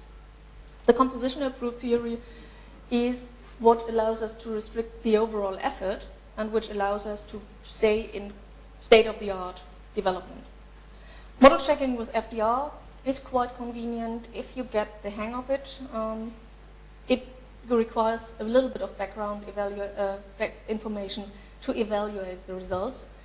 Combining methods is, in all the years of experience I've gathered, the only solid approach that we can offer currently. We will not be able, with any of the former methods, to replace the whole development done in a more traditional way. We have to look at, especially in the safety area, at something like fault tree analysis and failure modes and effects analysis. Verification and validation definitely need to be integrated into the design at an as early as possible point in order to have the most benefit from these applications. And I think this design accompanying analysis, as I showed it to you, could be at least one possible approach for that. Thanks for your attention.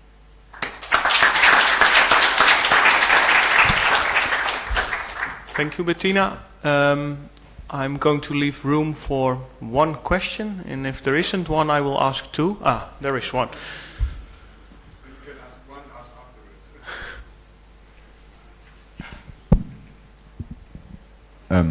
As a non-expert, Bettina, I take the opportunity to ask a stupid question. I mean, it is the common prejudice that in distributed systems, formal verification models are, die in cause of state explosion. Well, you didn't die here, obviously, otherwise you wouldn't speak about it. Can you say something about the borderline? Where's the critical complexity of systems that brings us to state explosion? Okay. I don't think this is something which is application specific. I don't think it is something which is easy to determine. The essential problem is that you get a large state if you incorporate a lot of specific information. Specific information such as state variables. So you won't be happy with the CSP approach if you have, let's say, a system with 100 variables, with each of which can have 3 different values. You have the state explosion directly. The state explosion over control flow isn't as bad as you would think, because this can be handled quite conveniently using the traversal strategies on transition systems and the internal coding of these systems.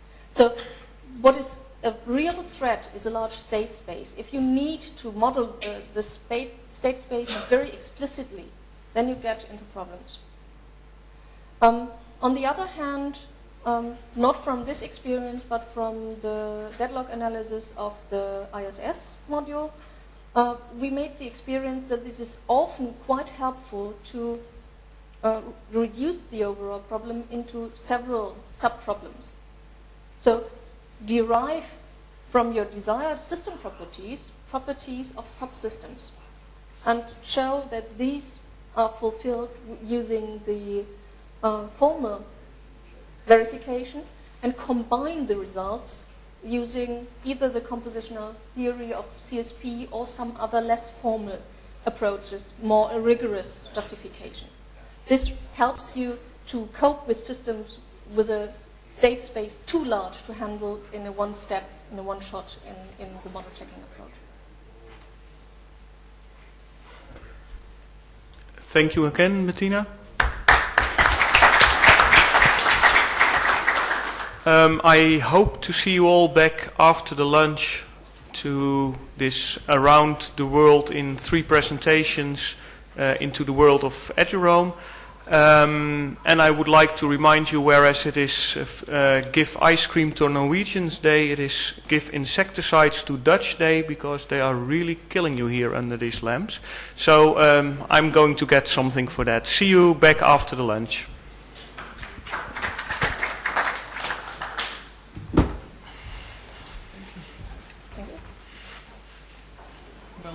Some people were shocked. Yeah, sure. But some of them were really interested. Yeah. I've been looking around a bit, and you have won a couple of souls, I think. Yeah. I mean, for me, this is a starting point of a cooperation in this direction. The safety community is talking for a while now about we should talk more with security people, because they use different methods, but we don't know whether we can switch information. Exactly, yeah. So this is an interesting topic.